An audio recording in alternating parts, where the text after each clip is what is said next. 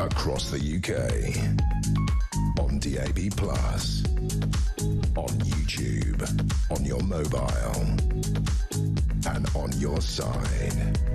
This is Talk.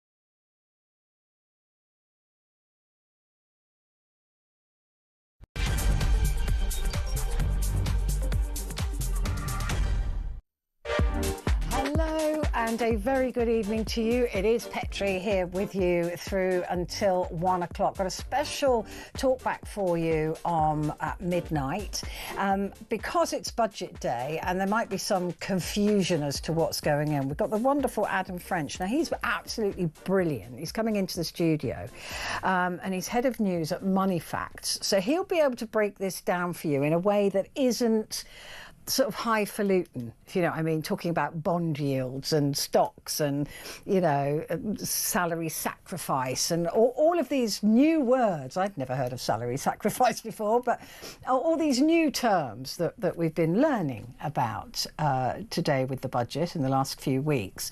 He'll be able to break that down in a way that we'll all be able to understand it. So Adam French will be here at midnight to take your calls, basically, and to talk you through if it will cost you more to have holidays, what your mortgage is going to do, what your property value is going to do.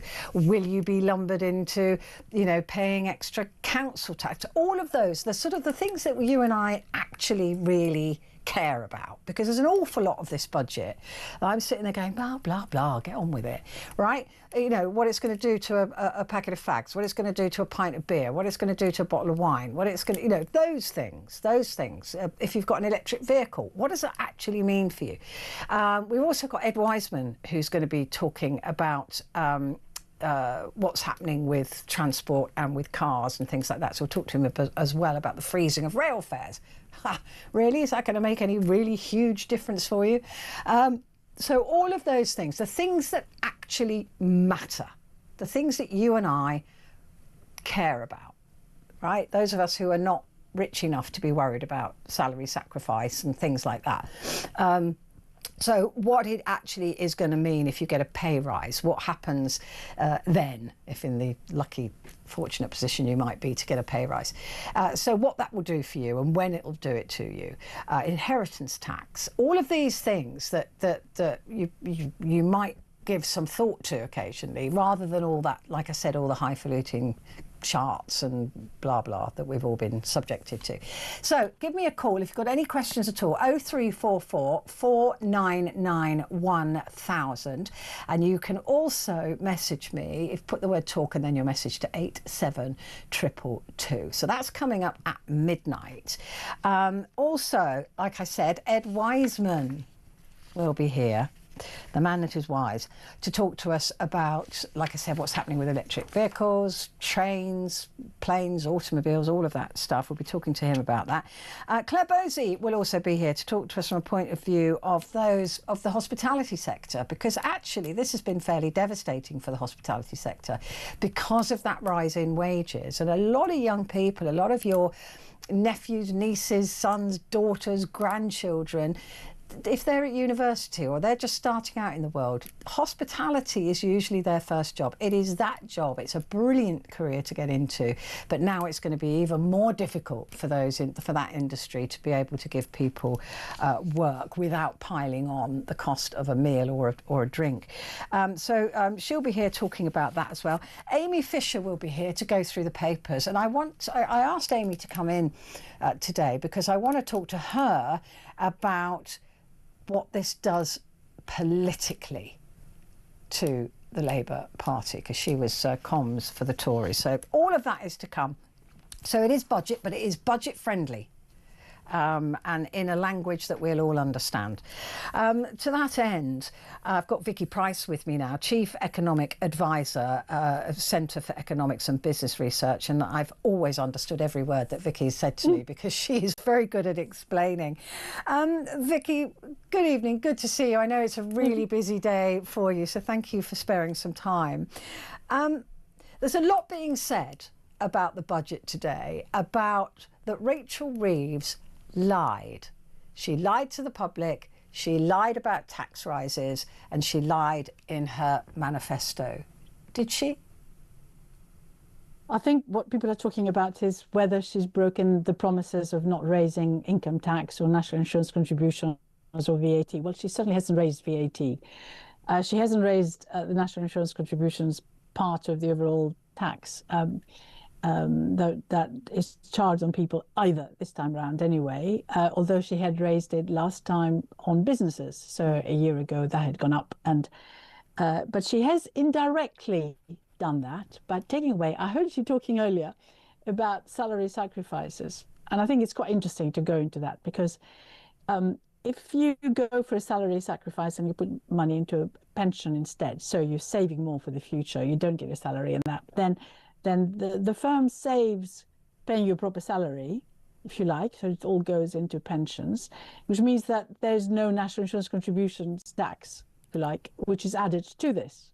So right now it's at 15%. If that salary sacrifice is now reduced very significantly in terms of how much you can sacrifice, then all the bit that you were not going to sacrifice now is liable to national insurance contributions. So this is bad for businesses, basically. It's bad for businesses. It will raise 4.6 billion a year.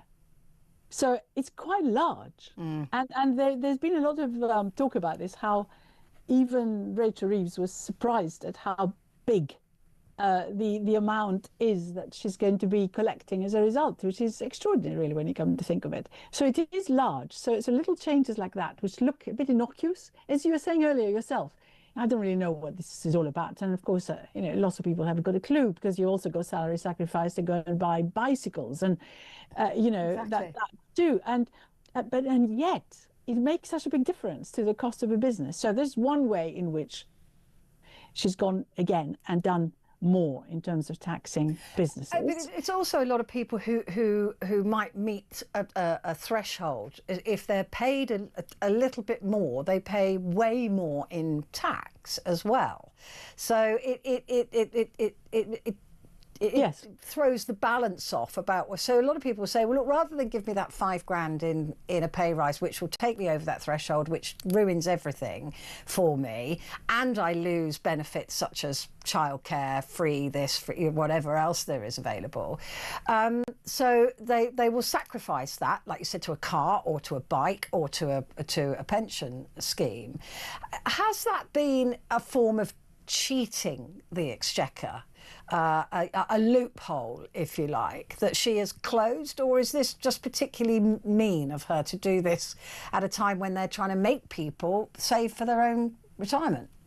Absolutely, and that's really the surprising thing, that suddenly this has become a bad thing to do possibly, but I don't think it's cheating at all. It was because it was available, and indeed, as you rightly say, lots of people were getting to the threshold. Now, for example, when you get to £100,000, I mean, you already mentioned the free childcare issue in nurseries, but also you lose your personal tax allowance. Right? It starts going down from then on until £125,000, where you've lost it all. So quite a lot of people therefore move into that new bracket, and they pay 65% tax rate, marginal tax rate. It's just not worth it. So in other words, you get an increase, and what you find is because you're losing all these things, it's not worth getting that increase because you're worse off as a result of that increase. So it is a serious issue for many, and perhaps doing that on the pension front also helped.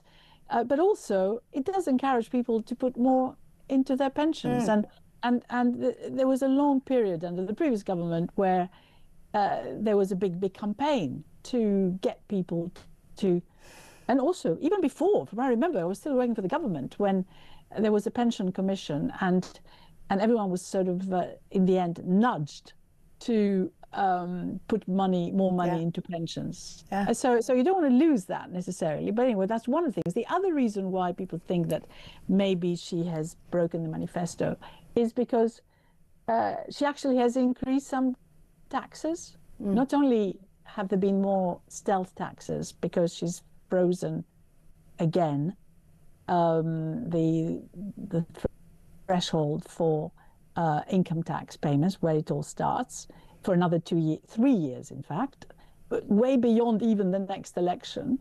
So that means that loads more people are going to be coming into the higher pay, well, actually even starting to pay tax for the first time, because minimum wage is going up quite significantly. People who perhaps would never have paid tax suddenly do, and others find themselves, because of wage increases that have taken place, the inflation that we have seen, also having increases in their wages, which then put them into the higher tax brackets. And those thresholds haven't increased for many years now with inflation. So you get caught, and that is the stealth tax. So in other words, already millions more paid tax because of that freezing of the allowances. And many more people will come into that too. I think the estimate is that by just extending it by another 3 years, possibly 1 million more people will be affected in terms of either starting to pay tax or being caught in the higher tax including bracket. Pensioners, of course, with the triple lock. And that's what's been interesting to me, is that I'm no economist, Vicky Price, as you know, but she seems to be very short-termism. It seems to be, let's fill the pocket now and damn what happens tomorrow. Because, you know, even the last budget, the last enormous budget, I mean, she has increased taxes or by 70 billion in the last year, if we take it year on year, from 24 to 25. We're the highest tax paying now that we've been since records began, so about 55 years. But it all seems very knee-jerk because, again, if you're looking for growth, you don't stifle employment. If you're looking to cut your welfare bill, you don't increase and pay more and then stifle employment. You don't encourage people to save for pensions by taxing them when that's even their state pension. You don't. All of these things seem to be counterintuitive for long-term growth or for long-term cost cutting. None of it seems to work.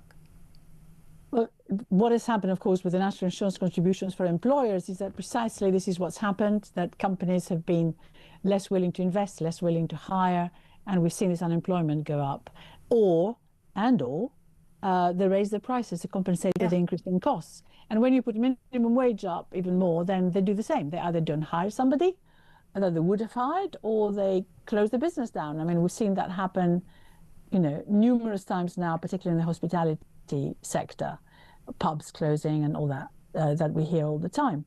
But the interesting thing is that in terms of the individual who's being taxed, what they are also being taxed more is normally. So as we discussed before, so they pay more tax anyway, even though they get more wages, what they find is that they pay more tax. And if you look at real disposable income growth, it is the lowest in the G7, the big countries, in the UK, even though our overall growth is higher. In terms of what's left for people, seems to be very little. And that's a real issue, because, you know, why would you go, and how can you go and spend anything if you're just only about managing, which is what seems to be happening. But at least what we've seen in this budget is that there is a recognition that there is a cost of living crisis still. And what Rachel Reeves has done is she's moved in a number of areas to try and bring that inflation down.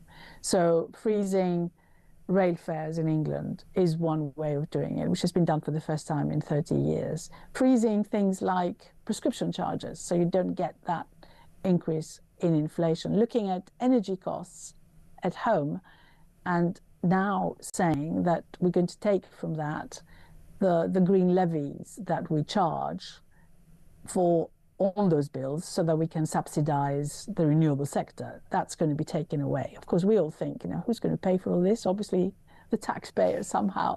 Well, this is the thing, isn't it? At some point, yes. I looked into that because she was so proud of that. It amounts to £12.50 a month. I don't think anybody's out celebrating, right? I think that's 1 pint of beer in London.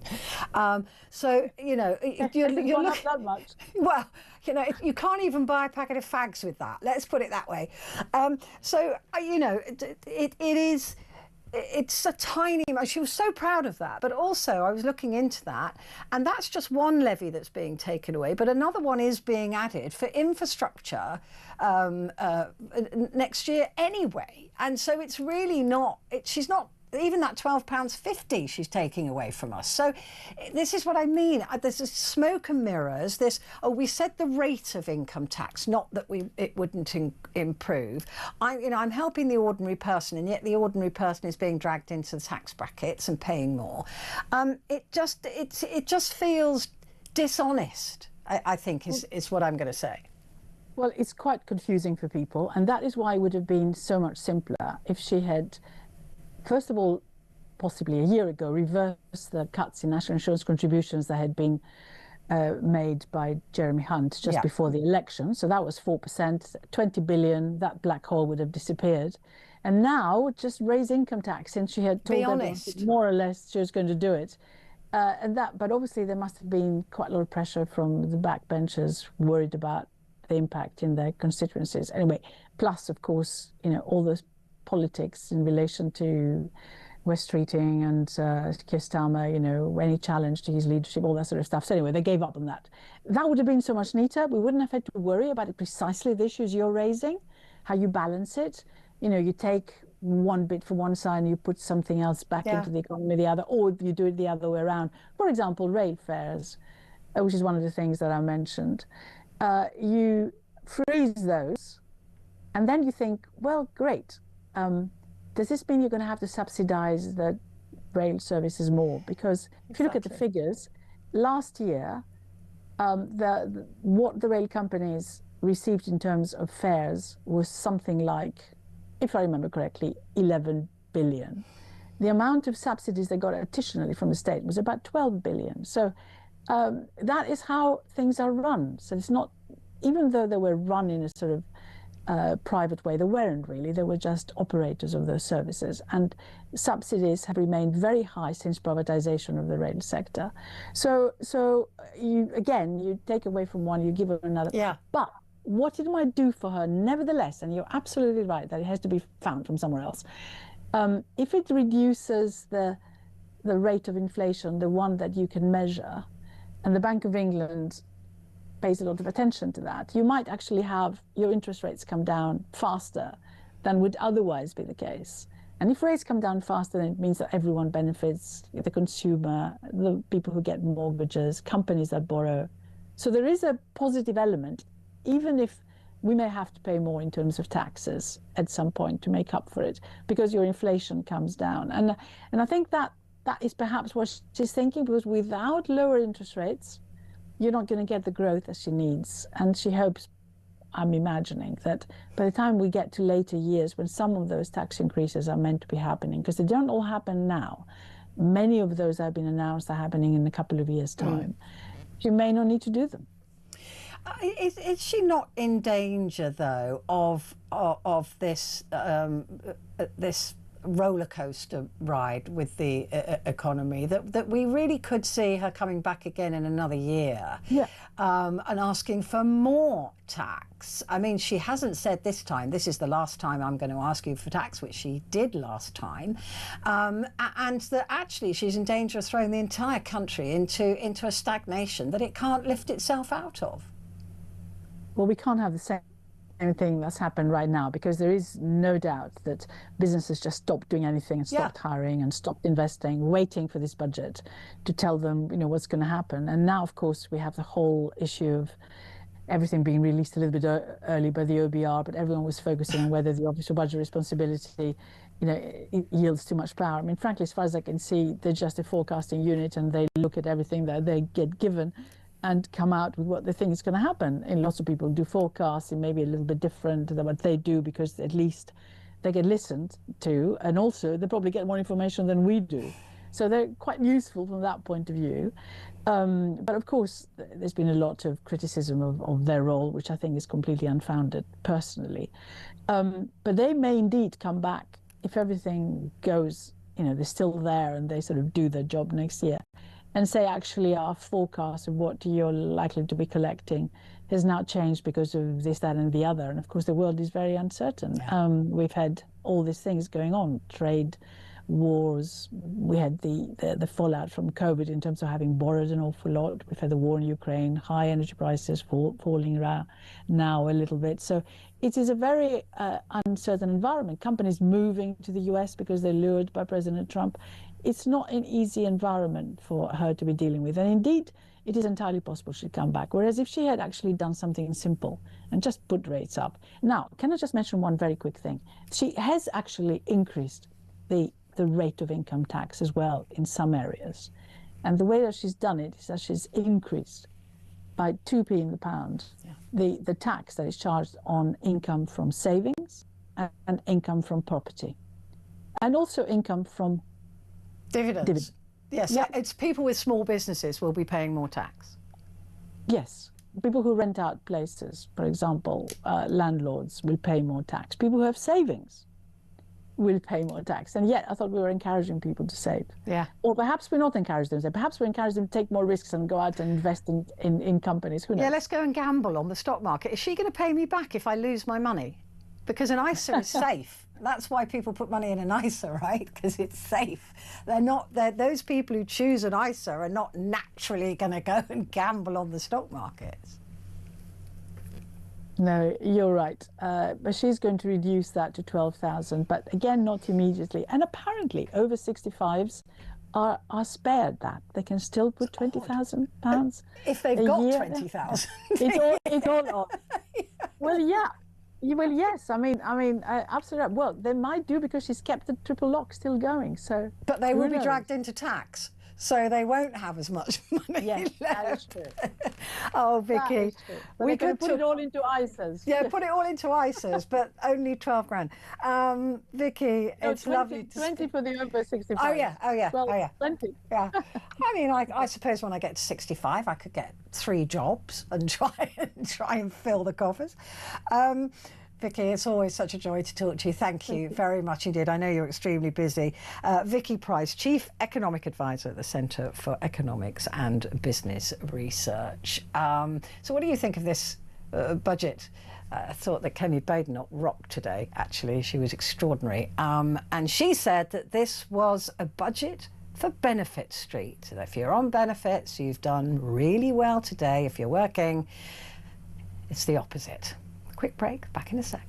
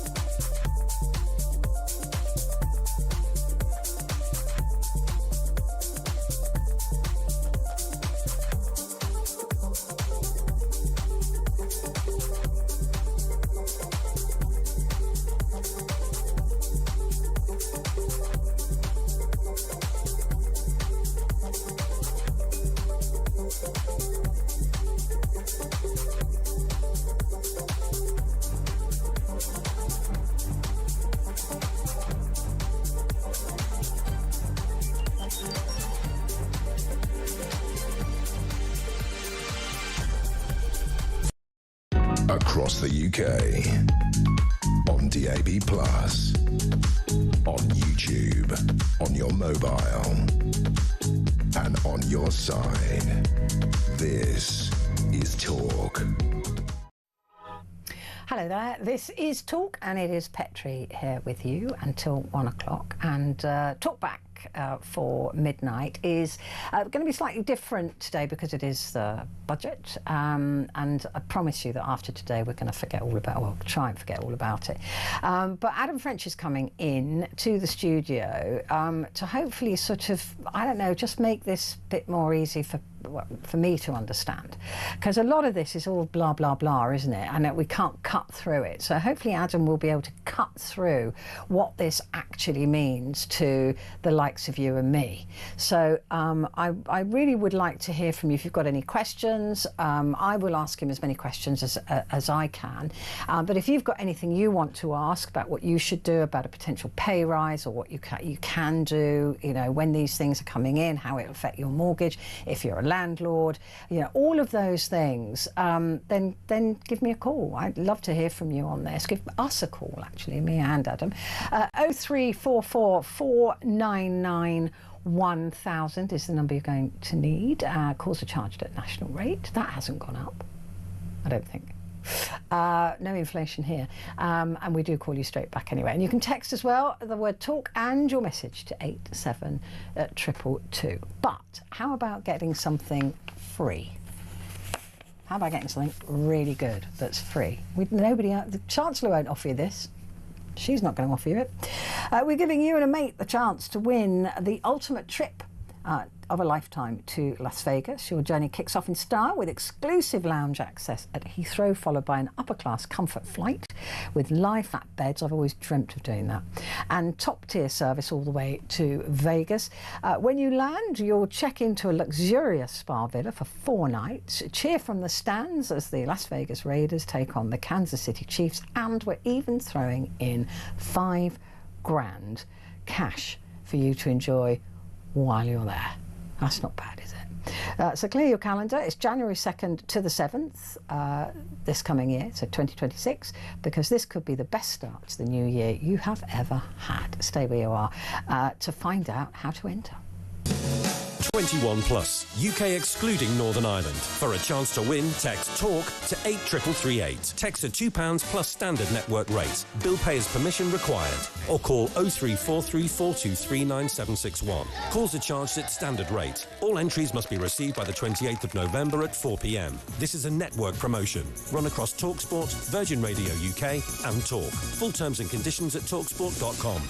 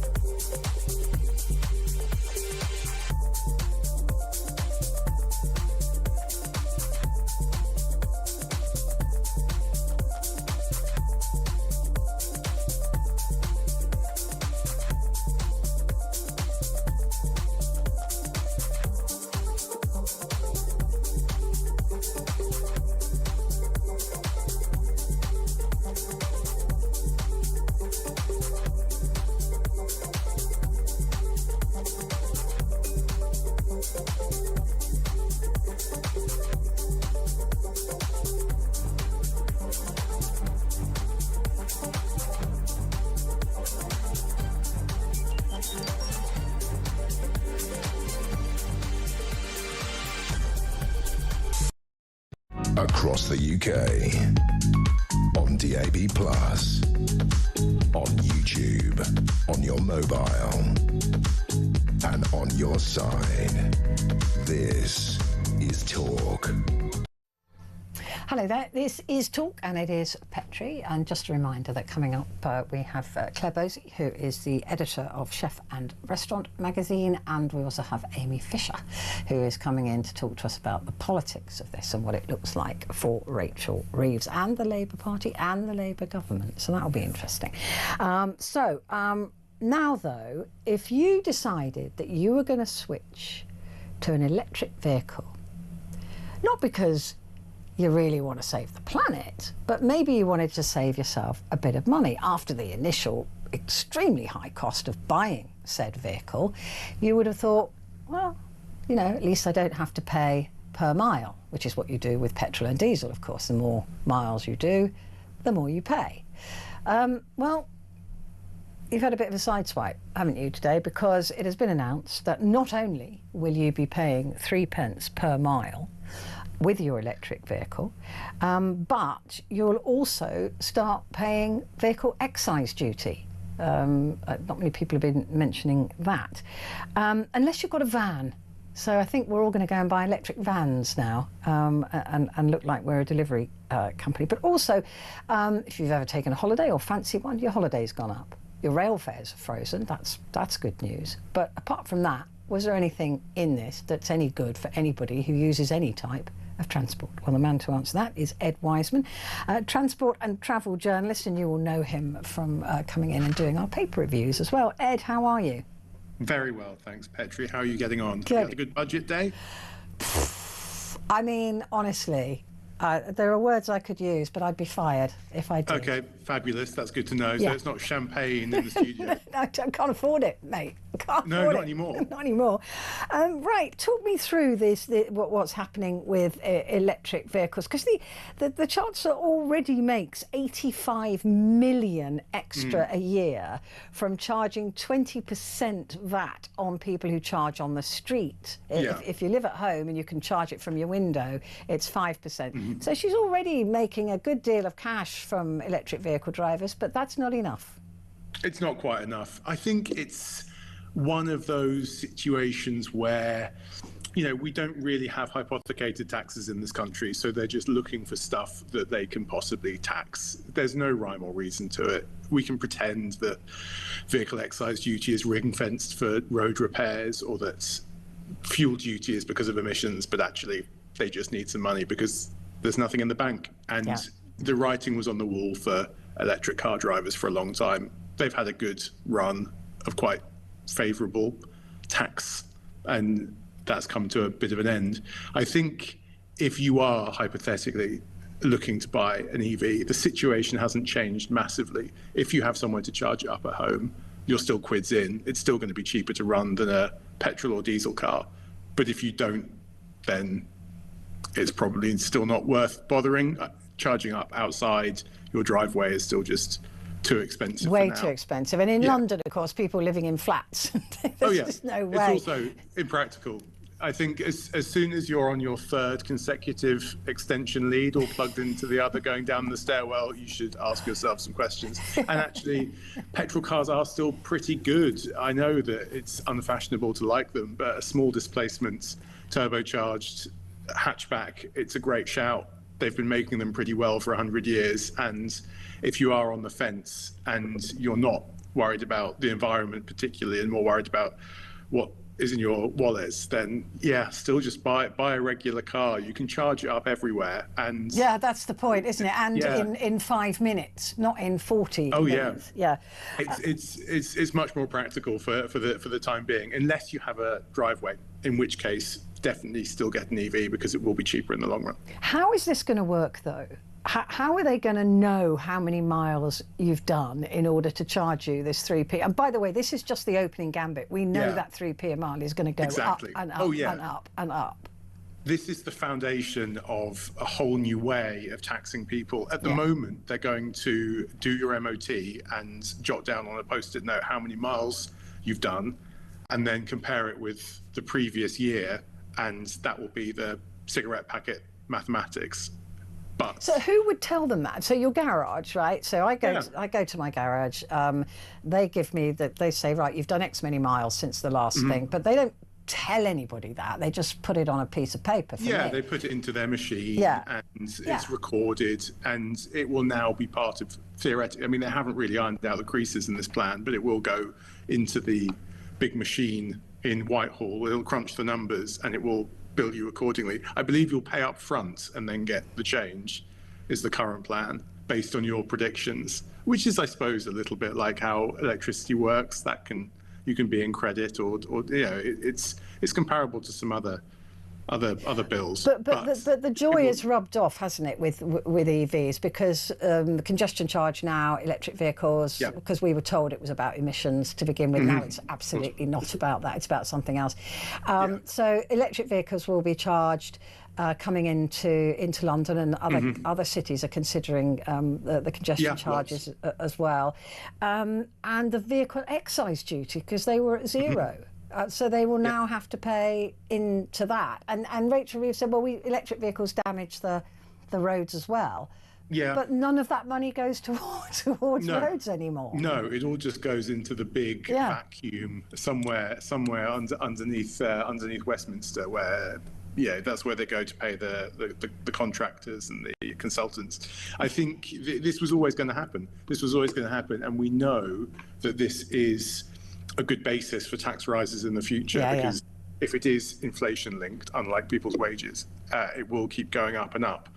And as we've said before on the paper reviews, the likelihood, I think, is that people will start clocking their cars again. Do you remember when people used to get a screwdriver and wind back the odo? And that I think all that has to happen is for that to happen once, and we're back into black box territory, which I think is using GPS and telemetry to decide how many miles someone's done. But that is also coming, right? Oh yeah, that is also coming, because they want to charge even. I mean, I always say, look, we've already got a pay per mile. It's called buying fuel, right? But they want to charge us even more than the fuel charges in pay per mile. They desperately want us all to have black box technology. All new cars coming from Europe have to have an ability to have a black box fitted, if not have one fitted that you don't have to use.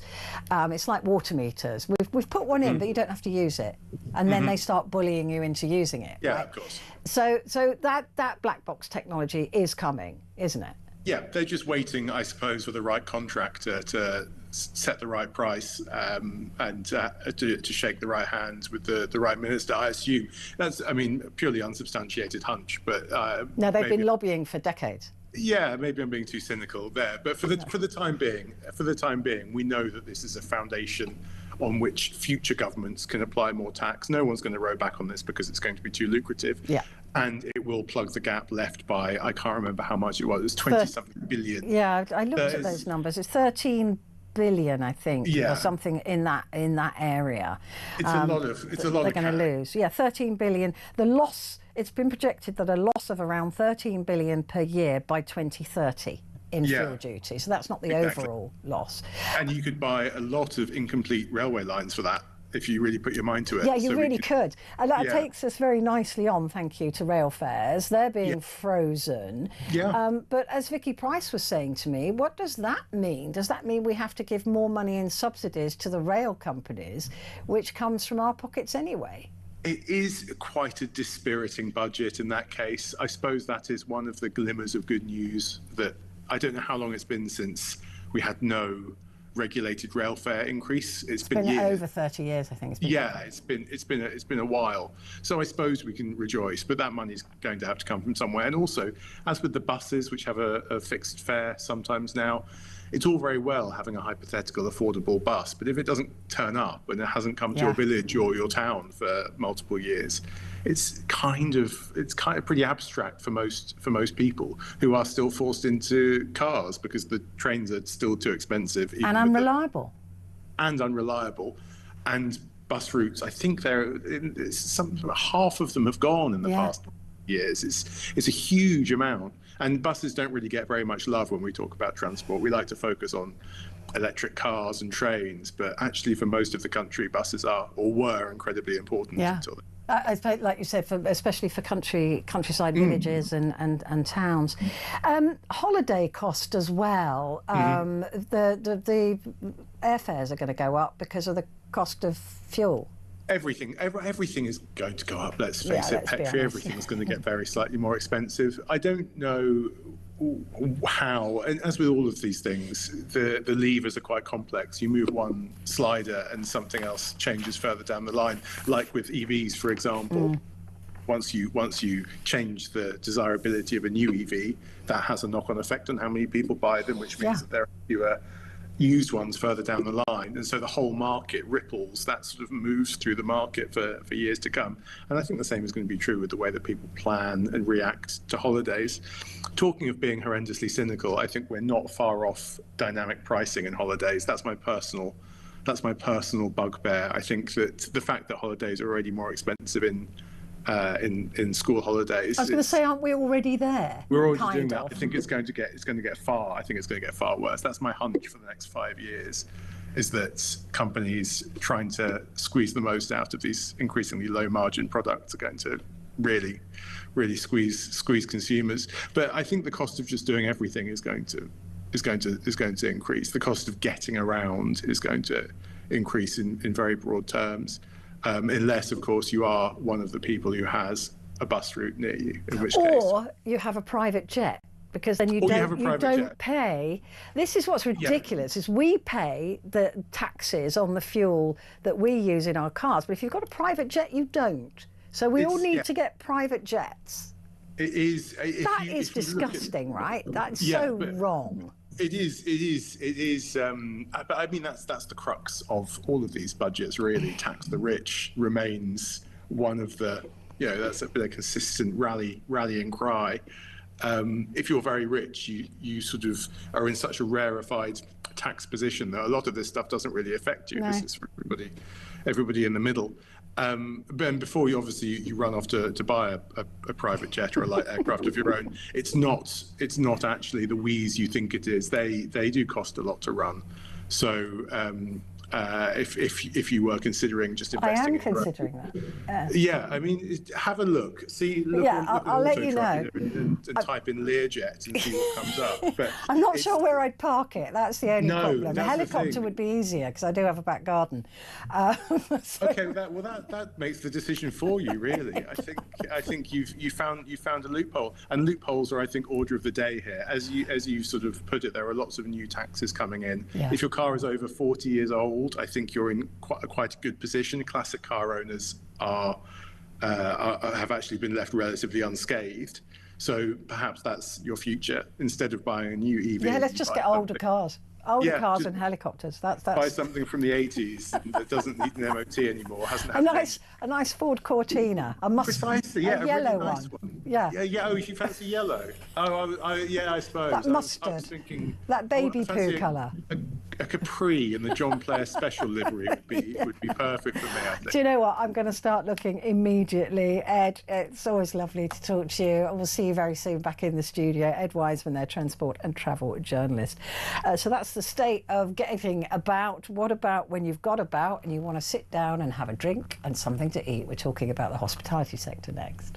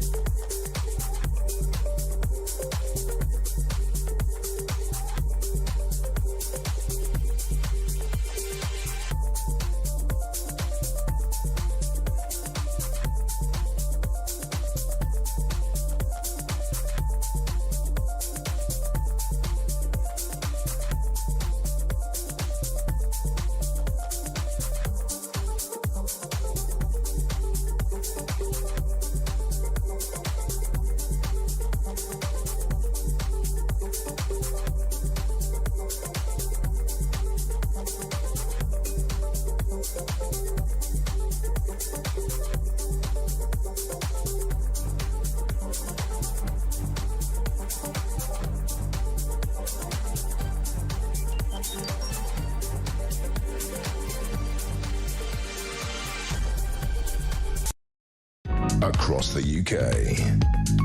On DAB+, on YouTube, on your mobile, and on your side.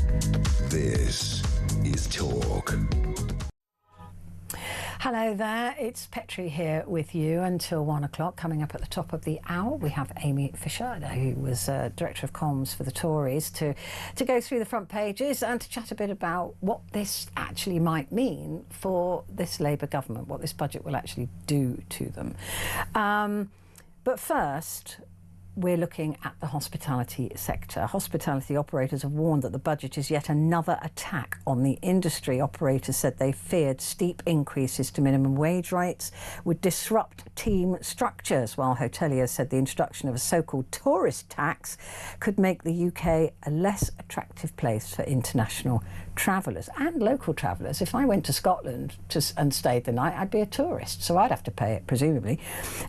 Here to discuss this with me further is Claire Bosey, editor of Chef and Restaurant magazine. And as you know, I'm always very honest. She's also my little sister and is at the moment also at my house with my naughty dogs. Claire, a very good evening to you.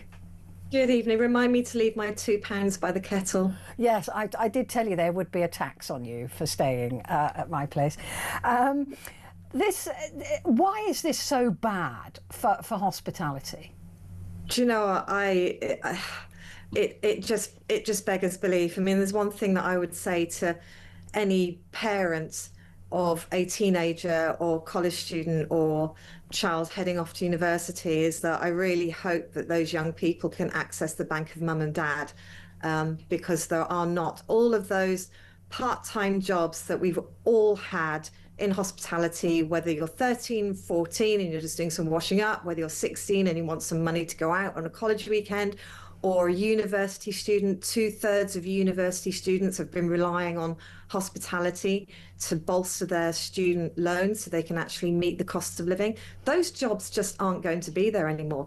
And it's, you know, the budget happened today, and I often wonder if the people at home realise how detrimental losing hospitality venues is to the average person. These are all jobs we've all relied on. Our kids rely on them.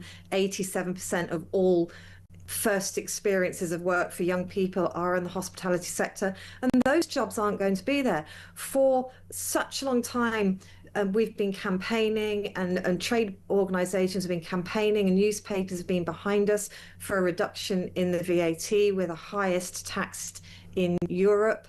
VAT of 20%. When you look at Ireland, it's going down to 9%, and other European countries are going down to 7%. And the costs just keep going up and up and up. And it's affecting every single hospitality business, whether it's a sandwich shop or whether it's a 3 Michelin-starred restaurant. Nobody's immune from it at the moment. And it just seems to be that they keep just hiking more and more expenses. Between last year's national living wage and increase and today's increase in 18 to 20-year-olds, it's £1,500 a year extra that we're going to have to pay per person for those jobs. That money has got to come somewhere, and we're a sector that they just take, and it really feels that the government are completely out of touch with what is going on in hospitality and how many businesses, third-party businesses, the sector helps support. It's not just us. It's not just employers and employees and employers and suppliers. It's third-party businesses. It's taxi drivers. It's hairdressers. It's retail. It's accountants. It's so many other businesses, and we're just going to see, sadly, we're going to see more and more closures. We're going to. It's interesting. I'm sure you remember in 2021, I ran a massive campaign because we have no minister in our sector. Sorry, your cat is about to jump on me. We have no minister in our sector. And so we did a huge petition to Parliament, had a really great debate in Parliament, follow up in the House of Lords, because what we can't do, we're not unionised. So we can't strike. We also don't have significant representation in government. We're split between BEIS, DCMS, and in portfolios that are huge. So we have nobody to lobby, nobody to stand up to the Chancellor and to suggest things and work with us and come to. And it's just interesting at the time when I was leading the campaign and we were getting loads of column inches and TV appearances and everything. The Labour MPs were fully behind us and they fully supported us because they were shadow. They were, the Conservative Party doesn't understand how important hospitality is and they should be doing this. And now they're in power. It's the same story. We're getting nothing from them. They haven't made good on their promises from those years. And yet we're just going to see so many closures coming forward in January. Well, also the sort of the lack of hiring. And look, everybody wants people to earn a decent wage. But it is when you're doing those starter jobs like you're talking about.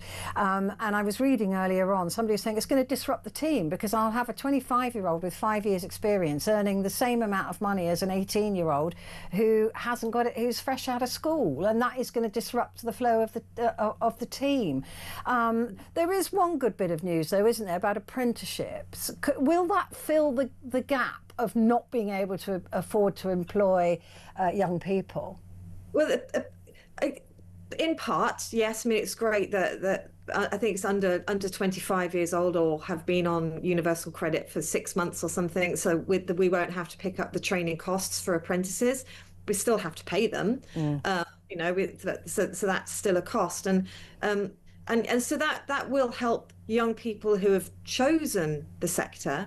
But that's not my concern. Or when it is a concern, but my concern is I don't know how many families realise how much they rely on the sector for their children in education and for first-time jobs, because business owners are going to have to prioritise their full-time staff.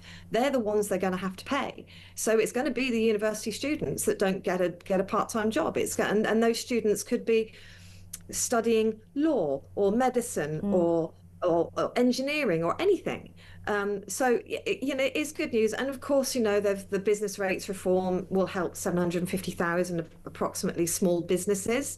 But then, they've also kind of released the rateable values after the budget, and actually everybody's paying a lot more. I think some accommodation will be paying 70% more, pubs 30% more, cafes 14% more. So it's give and take, and on the same hand. So I don't feel really any support from this budget today at all. And I've spoken to business owners and operators and chefs this evening, and they're all just really worried because the one thing that could have really helped the sector would have been a VAT cut, would have made a huge difference, because then we would have the extra funding available to pay these extra wages that we now have to pay. And this isn't just because we want to make loads of profit, like the big, huge companies. This is literally trying to balance the books without putting the prices up of that burger to a point where nobody can afford to eat it. This tax, this so-called tourist tax that you'll now owe me, it is. But a lot of people are saying, well, that'll bring in some money. But the point is that that's not an equal playing field, is it? Because in Europe, as you said, that yes, you pay a tourist tax when you're there, but they're paying much less VAT. So it doesn't distract people from going there, whereas it could do here. It could be just a bit too much for tourists to come here. I agree. And it's up to the mayor of whichever region to decide whether or not to implement the tourist tax. Of course they will. And the revenue is there to support or pay for logistics and everything else. So basically potholes. And it's, but that's, that's still not going to help you guys. Claire, thank you so much. I'm glad that all the animals were well behaved. Claire Bosey there, editor of Chef and Restaurant magazine. Right, stay where you are. We're going through the papers, and Amy Fisher will be here to help us do just that.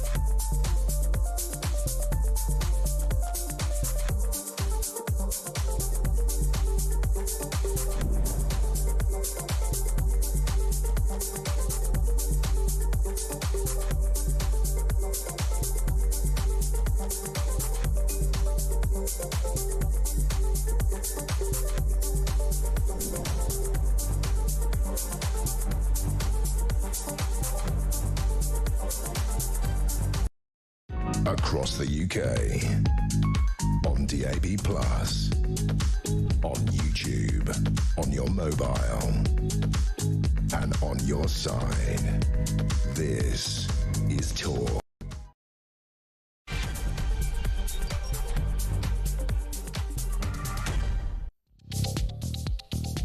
Hello there, and good evening to you. It is Petrie here with you until 1 o'clock. Don't forget that Adam French will be here in the studio at midnight to answer your questions, because the budgets always get a bit bond yields and fla and stock markets and all that nonsense. So I don't understand it. So Adam is here to make it all much easier for us all to understand. So if you've got any questions you'd like to ask him, do give us a call, 0344 499 1000. Maybe it is about your electric vehicle, maybe it's about, I don't know, your mortgage. It could be anything. Just give us a call and he will be able to answer your questions better than I can. That's for certain.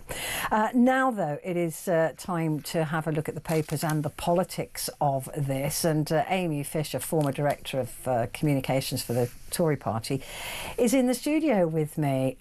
Right, you've been sitting looking at the front pages. Mm-hmm. If you were Rachel Reeves, Director of Comms, would you be crying into a large gin and tonic at what the front pages have come up with?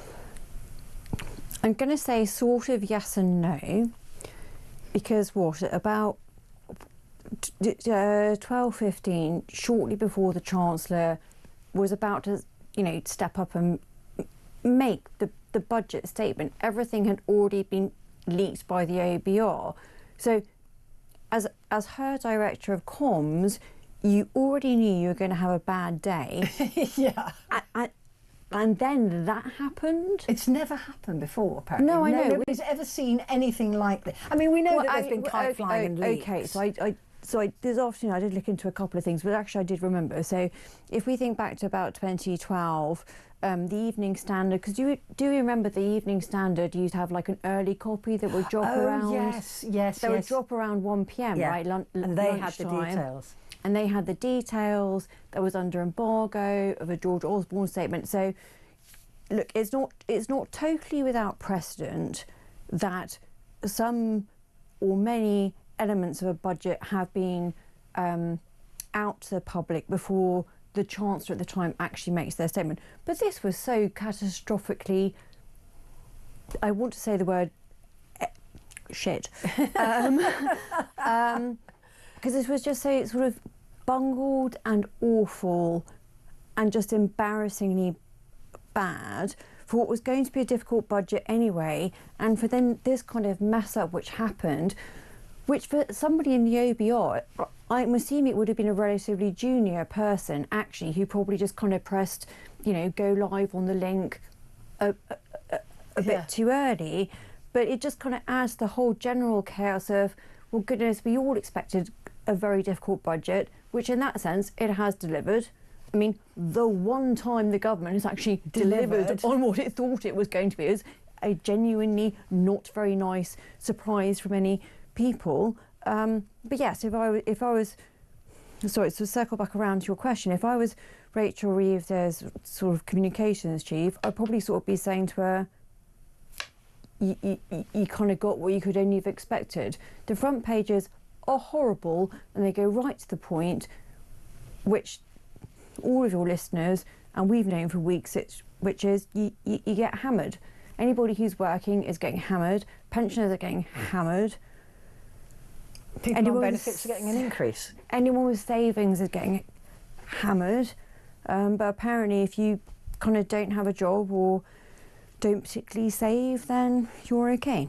Yeah, and this is, I do wonder if this was a budget for the backbenchers. This was a budget for the Labour Party to appease them, because they know that we can't say anything about this politically for 4 years.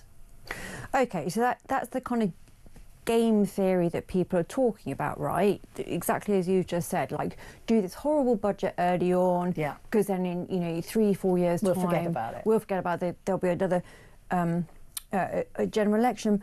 But there's a couple of elements to that which I don't understand. Okay, let's take the two-child benefit cap. I keep talking to people about this because am I missing something? Don't have children if you can't afford them. No, but you've just looked at me and said, which makes me think... No, which makes me think, no, but am I missing something? Because for the Labour left, this has become totemic, right? And the lifting of it today, you know, got a big cheer when Rachel was giving her budget. And I was just looking at that thinking, but this is a nonsense. It's not even about politics. Like, if you can't afford to have, you know, children, doesn't really matter if it's 1, 2, 3, 4, well, don't have them. This is just sort of basic. I mean, financial common sense. Am I sounding too harsh? Because I don't. Well, that was. I mean, the reason that the cap was brought in originally, wasn't it? Was because they wanted to encourage people that it was better to work than to not work. Yes. I don't think this budget proves that at all. I think it is starting to look like it's better to not work than it is to work. And the 2 benefit cap was to be able to say to people, if you want to have more children, the government, we're prepared as a country to pay for 2. Of course, have a family. But if you want more, beyond that, you then will have you to need fund to them yourself. have the finances for it. Yeah. This is what I mean about when, if you're planning for anything in life, be it, well, there can be the 2 biggest financial decisions you're probably ever going to make in life are buying a house or having children. Yeah.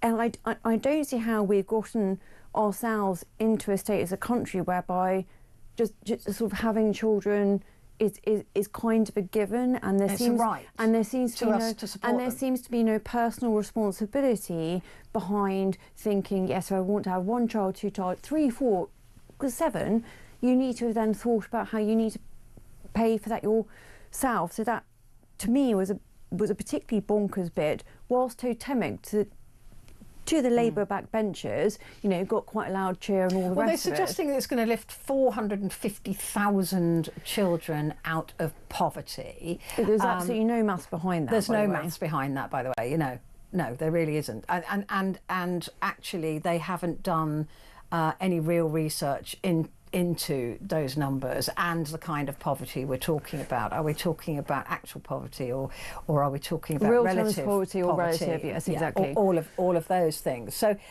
look, I've no doubt. In fact, all over social media, there were a lot of people who were celebrating, unemployed people who were celebrating the fact today that they're getting a pay rise in April of 3.8%. And this cap has been lifted, and to some families that can mean an extra 20 grand a year. Okay, so this is the nonsense, right? With the freezing of the threshold for income tax, but benefits are going up in real terms by inflation. Yeah, but if you get an inflationary job increase or pay increase, you'll just pay more in tax. So we're talking essentially about unfairness, and it's unfairness that seems to be based on the side of people who aren't working anyway versus people that are being hammered. And to go back to the front pages, you know, that's what the front pages are saying, which is, where's the fairness in it?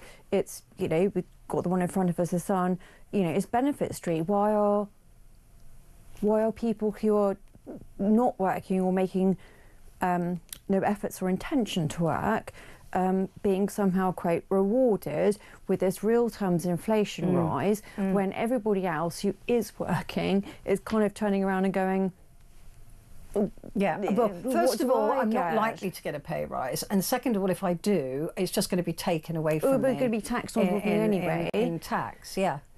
It really does beg a belief. I mean, the Sun newspaper has gone with the Benefits Street budget, and Benefit Street was, as we were saying in the break, it was a programme about sort of 15 years ago, wasn't it? 10, maybe, I don't know when. It was a long time ago, and it was, at the time, it was called benefits or poverty porn.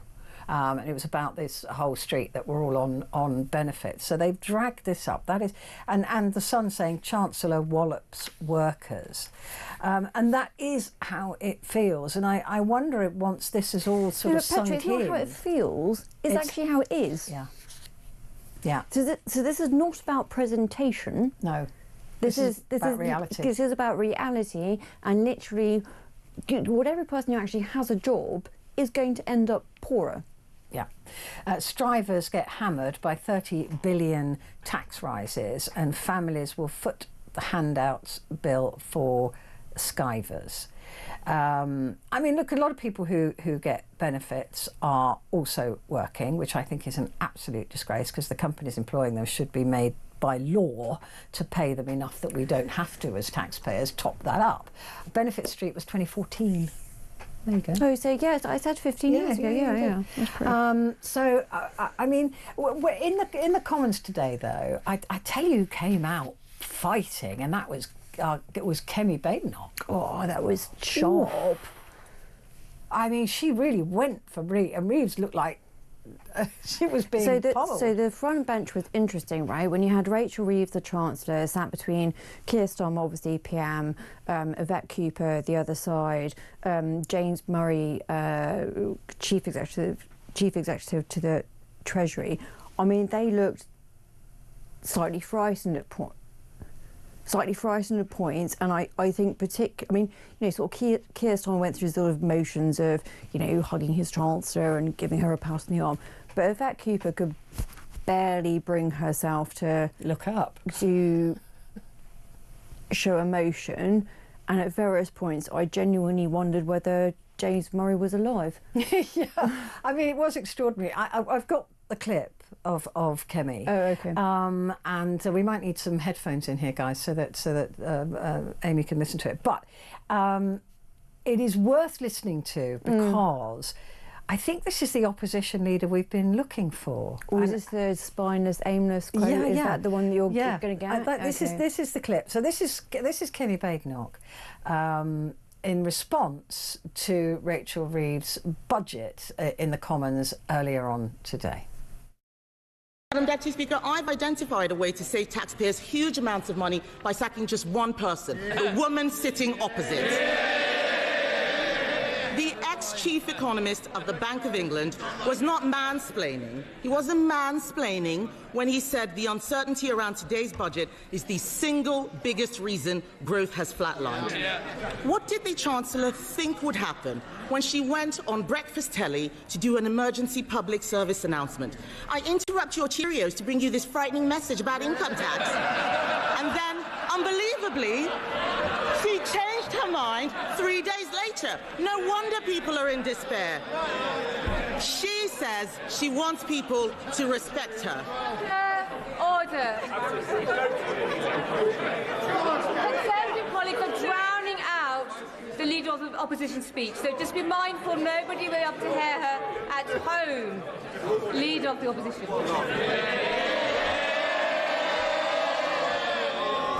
Madam Deputy Speaker, she says she wants people to respect her. Respect is earned. She apparently told Labour MPs this week,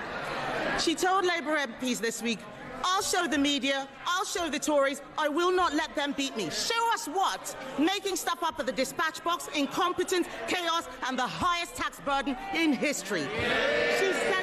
She said to them, Madam Deputy Speaker, I'll be there on Wednesday, I'll be there next year, and I'll be back the year after that. God help us. She is spineless, shameless, and completely aimless. Talk to any business. Talk to someone looking for a job. Unemployment is up every single month since Labour have been in office. They don't want to hear it, but it's true. They're shouting and complaining they cannot create jobs. It is the worst year for graduate recruitment on record. Are they proud of this?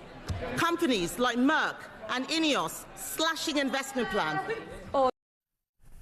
She did not pull her punches, did she? No, she didn't, and I knew. I think I said I knew you were going to show that clip about the spineless, shameless, aimless, because that for me was the best I knew, because it nailed it. Yeah. Spineless, shameless, aimless. Yeah. I mean, you're kind of lying to the country, and you don't know, even if you're lying, where you're lying about going, and you're being a bit rubbish about doing it. What I found really quite despicable, actually, was I think it was afterwards, and she was being asked about whether she lied in the manifesto. And she said, well, if you read the manifesto, you'll see I said tax rates, not tax, which actually it isn't, because I have what was in the manifesto. I don't know, have I got it in front of me? But here it is. In fact, the manifesto said Labour will not increase taxes on working people, which is why we will not increase national insurance, the basic, higher or additional rates of income tax or VAT. She didn't say rates. They didn't mention the rate of income tax. And what they've basically done today is raised everybody's tax. So it's exactly the same approach that she took, the Chancellor, Rachel Reeves, at the start of her statement when she was talking about this inadvertent early publishing of the OBR report. She literally started off by saying it was their mistake, it was on their website. Now look, okay, technically, yes, that's absolutely true. It was on their website. It would have been, I assume, probably a very junior person who pressed the wrong button too quickly. I get that. But come on, that is not leadership. If you're literally the Chancellor and leading the country, you don't point the finger down saying, oh, this person over here, that was their mistake. You stand up and you say, yeah, we made a really big error, and I know that everybody has seen my budget before I'm about to give it. You don't do this whole sort of... it wasn't me. It wasn't me, tittle-tattle. It was that person over there. But it was them, it was them. Do you see what I mean? Yeah, it's about the whole leadership thing rather than the actuality of who pressed what button on what computer where. That meant a statement, went up 15 minutes early.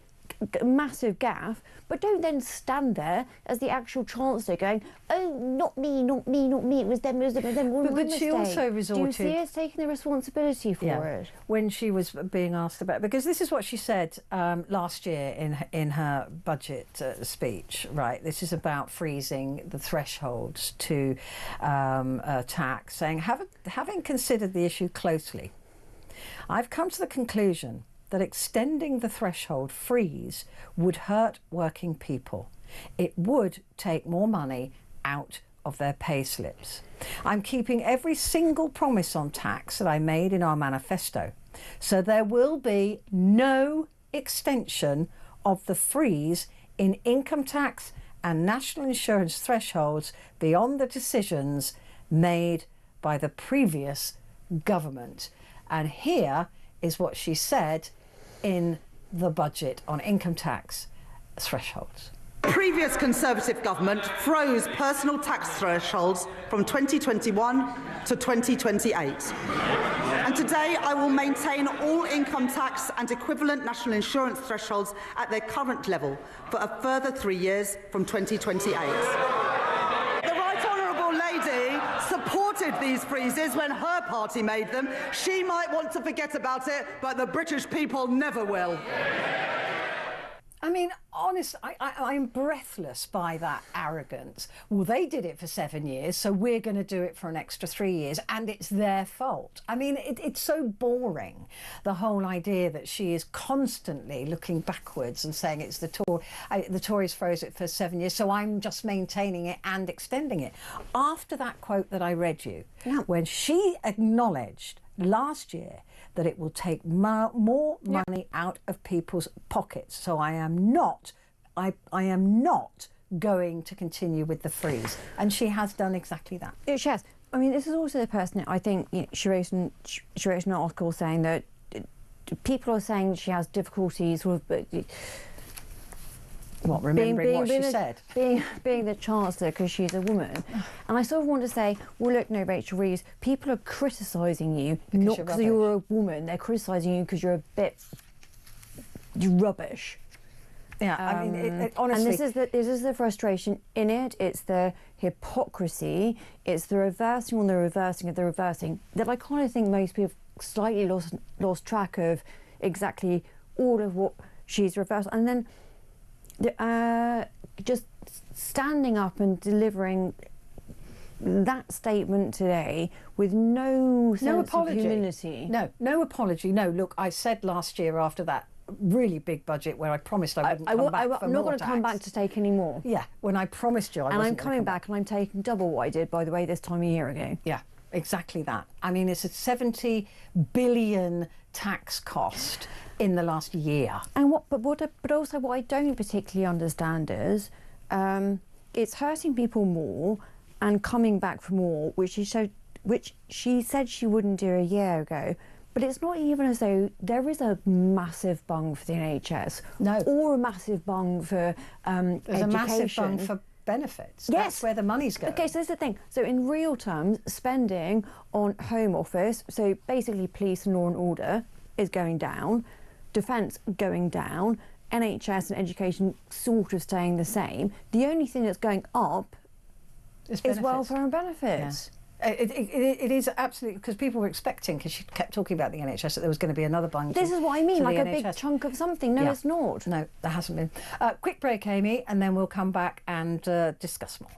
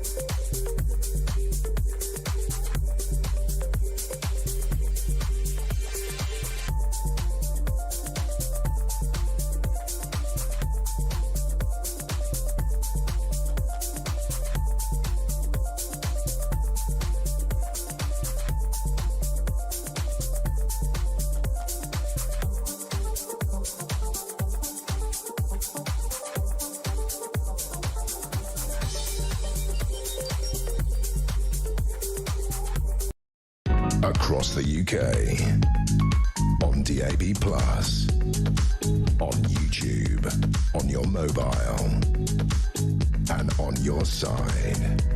This is Talk.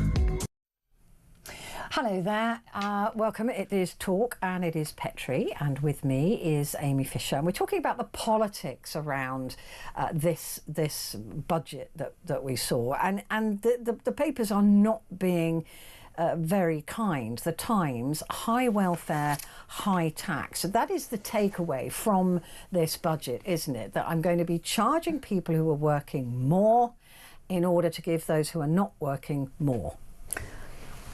Yeah, I mean, well, yes, that's exactly it. And there were obviously reports over the weekend that when various sort of, political commentators, I think it was, actually Beth Rigby from Sky had spoken to somebody, senior on the Labour backbenchers, and they had literally said, well, look, the budget is not, it's not going to be for the country, it's going to be for the party. Yeah, I think that's exactly what this is. And this is that. It's to try and, keep the Labour Party, and I say that rather than the Labour government, together, but then the rest of the nation, i.e., us, you, me, everybody else, is sort of, literally suffering for that, which is terribly sad and speaks to a lack of leadership. But how do you persuade people who are on benefits and not working, right? That you lot that have extra top-up benefits even though you're working, we're not talking about you. But how do we persuade people on benefits, totally on benefits, that working is better for them when it clearly isn't? when it quite obviously they are going to get a pay rise that people who are working are definitely not going to get. That they are going to get more and more money cut. And she said, well, I'm starting to try and fix it by taking Mercedes and BMWs off the Motability scheme. I mean, that is ridiculous. That's crazy. So look, there's two ways I'd answer that. One is a genuinely true one, which is, you know, if you can get people back into work, there's a whole host of associated benefits to that. Like you genuinely feel better, yeah. And you know what you're doing, less depression, and you're actually meeting other people, and all of those associated very, very good things about having a job, right? So, so that's the kind of given. But I have to say, I did speak to somebody in the shadow cabinet this afternoon. I just said, well, basically, isn't this budget for like poor people who don't want to work? And he laughed, because he was like, well, no, that's kind of, there are some patches in my constituency where there are just people who don't want to work. Yeah. It doesn't matter how much you say, well, it's better for you. It's better for you, and then you get out, you meet other people. It's probably people with generational unemployment and generational and it's become a way of life. And it's become a way of life. And he literally said that. He's like, Amy, you don't understand. You know, it's a particular kind of seaside town that he's the MP for, and he's always said, you know, these are like third, fourth generational unemployment. Like it's just a thing. Like no one works. They don't have anyone there. You know, their parents didn't work. Their friends don't work. No one's worked. Like you just get up every day and you don't work, and that's just what it is. Know. Yeah. Yes, and so therefore, if for them the benefits are going up, then that's fine. So I then said, well, gosh, that's awfully terribly depressing. So I then said, very cynically, so are all of those the people going out voting for Labour? And he said, no, I mean, it's not even that, but they're not going out to vote for anyone else. Yeah. I mean, that is, you know, I've made the same comment earlier on today myself. But it looks like, again, it is a Labour government crushing aspiration. And wanting to save extra for a more comfortable retirement. Again, I was saying to my sister, I said, it's almost like they want everybody, it's a race to the bottom. They want to be lesser. Yeah, to be lesser, that don't save so much. Don't buy a house, because we'll crush you on inheritance. Don't get a job. Don't have a pension. Don't have a pension, so we'll all be on the same pension. It's almost like a communist state, right? So everybody is equal, but some are more equal than others. And that's what it feels like. This feels like another smack in the face for people who are trying to get on, and this is why there are so many young people unemployed, because what is the point? For them, what is the point in joining the workforce, getting up early, going out, working, and then never being able to claim a pension, or the pension age by then will be 94, never being able to, buy a house, not being able to afford, all of those things that they won't be. Why would they bother even engaging? And this type of budget is a budget that crushes aspiration even further, doesn't it? But Petrie, I have nothing to say back to that, because I agree with you entirely.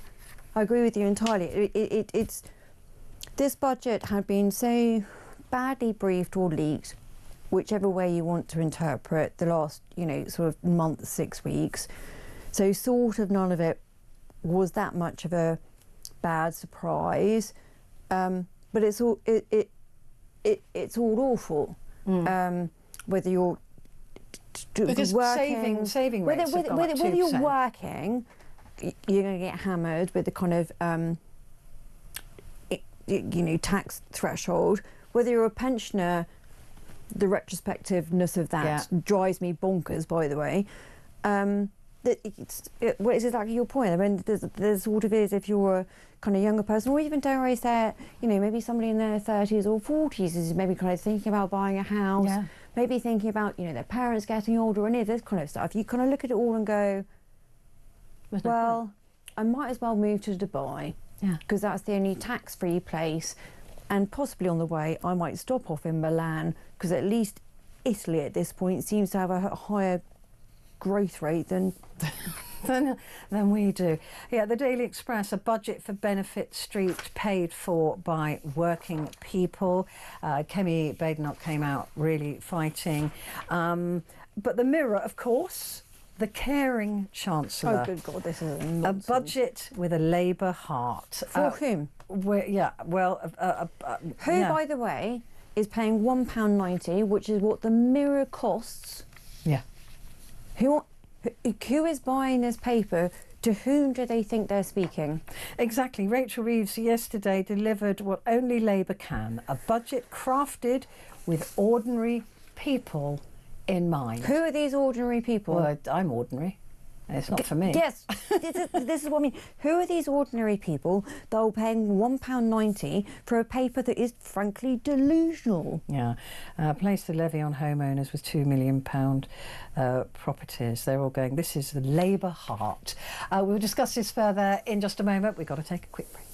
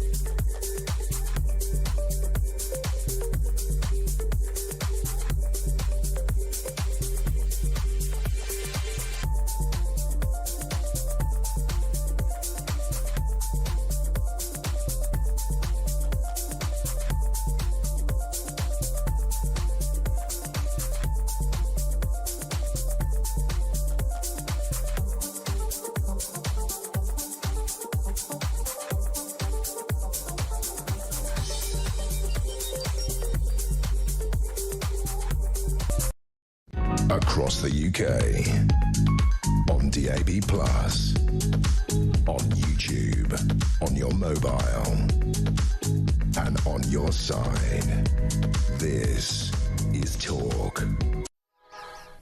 Hello there, this is Talk and it is Petrie here with you until 1 o'clock, and with me until midnight is Amy Fisher, former Director of Communications for the Conservative Party. And we were just saying there in that break that the Mirror is literally the only paper to have taken a positive slant on this budget. The caring Chancellor Axe to Two-Child Benefit Cap will lift 450,000 out of poverty. Mansion owners and online gambling firms hit with a tax hike. Mansion owners. I mean, look, London, I know, is an outlier itself in terms of property prices, but I know houses that are definitely not mansions that have gone up in value in certain areas of London. And a lot of people who live in them are, property rich, but cash poor. Okay, so that second bullet point there, mansion owners and online gambling firms hit with tax hike. The mansion owners bit refers to properties over 2 million, which kind of, even within London, that's a pretty big property. So we're actually talking about tiny amounts there. But they're not mansions. No, they're not mansions. My point is the tax that she's hoping to get from it will be 0.4 will be tiny. Yeah, 400 and million. then the online gambling firms tax hike hit. We've spoken about this, which is it was 22% if you're an online gambling platform. It's now gone up to 25%. So again, we're talking actually about relatively tiny amounts of money compared to the other things that the Chancellor has done, which will affect many more people than those two things. So yes, to reiterate, I think the Mirror editorial stance on this is unbelievably kind to Labour government. The caring and Chancellor. Unbelievably kind to a point of being disingenuous. Yeah, I don't think that anybody's going to pick that paper up tomorrow. Well, look, I mean, people don't want to. So what journalism is always what called the fourth estate, right? Yeah. You know, the sort of truth tellers. Yeah.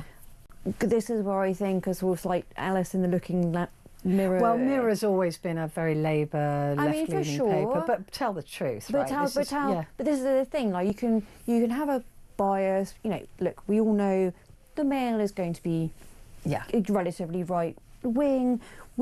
Actually, the Sun is kind of interesting because it can vacillate, right? Yeah. You know, and it was always sort of rather right wing, and then when it came out for Tony Blair in 1997, the years of Cherry Garden and all the rest of it.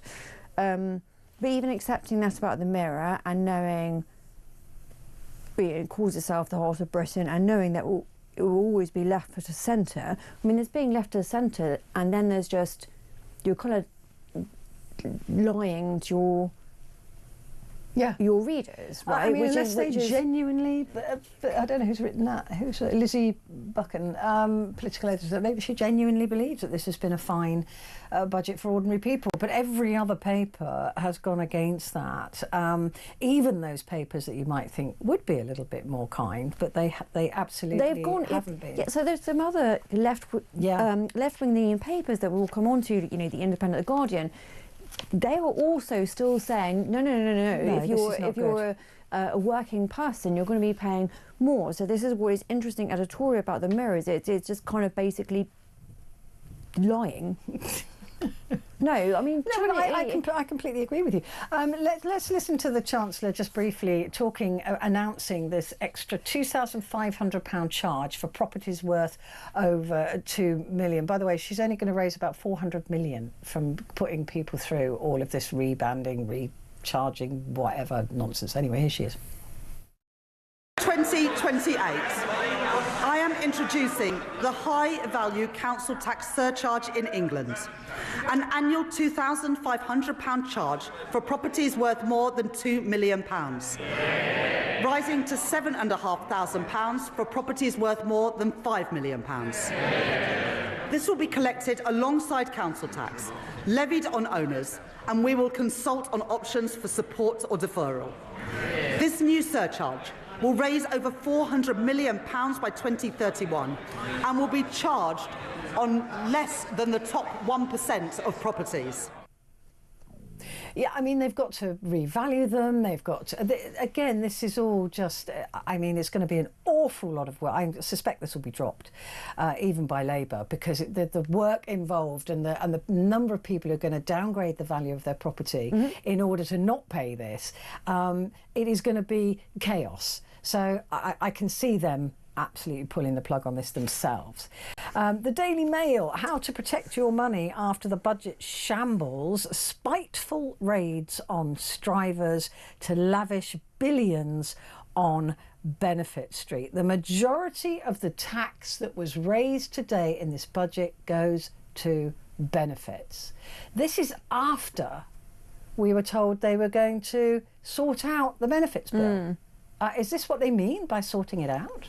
So look, Kemi Badenoch's line about kind of Benefit Street has obviously really filtered down. You know, sort of landed in terms of the outcome in the papers. But yeah, I mean, I don't understand the dichotomy that you've just said, which is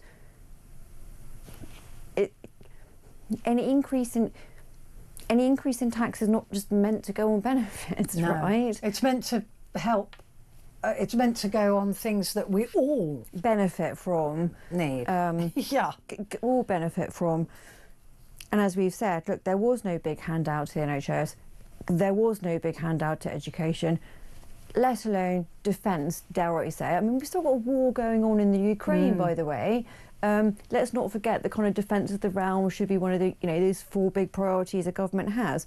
You know, Home Office spending is going to go down. Home Office spending, by the way, encompasses kind of police, and we all kind of feel we need those. Yeah, we need, you know, policemen on the street, so we feel safe. And no, none of those priorities seem to have been reflected here. Above and beyond, yes, it's all going to go on this all-encompassing welfare budget, which just seems to be totally ballooning out of control. It is ridiculous when you realise that the majority of that is going to go in keeping her headroom and going into the benefits bill. Yeah.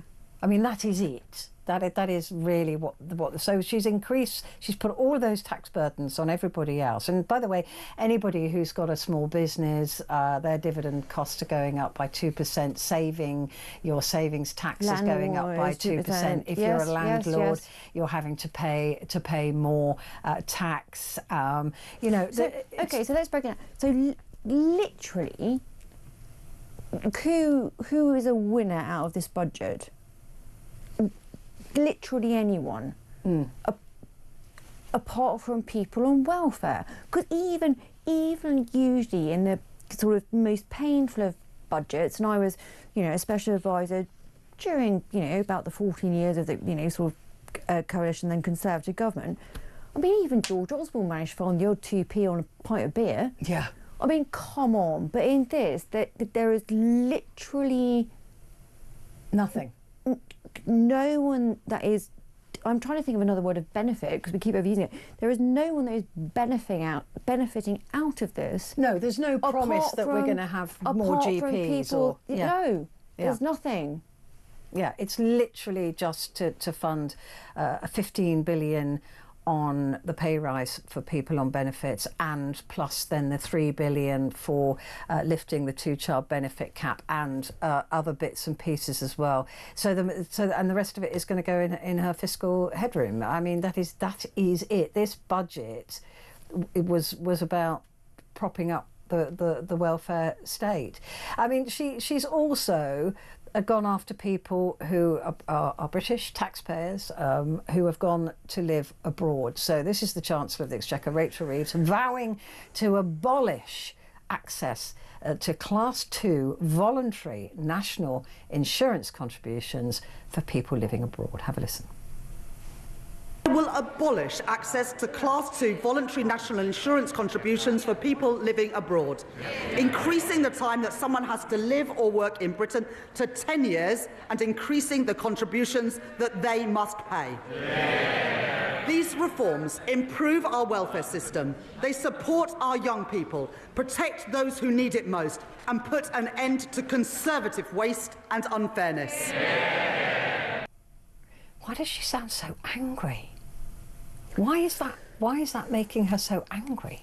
No, that people are volunteering to pay national insurance from overseas. So to switch from the politics for a moment to the presentation, she herself would obviously have had to psych herself up because last time, she had the previous budget, which was, classed as sort of Halloween nightmare. Now she's got this one.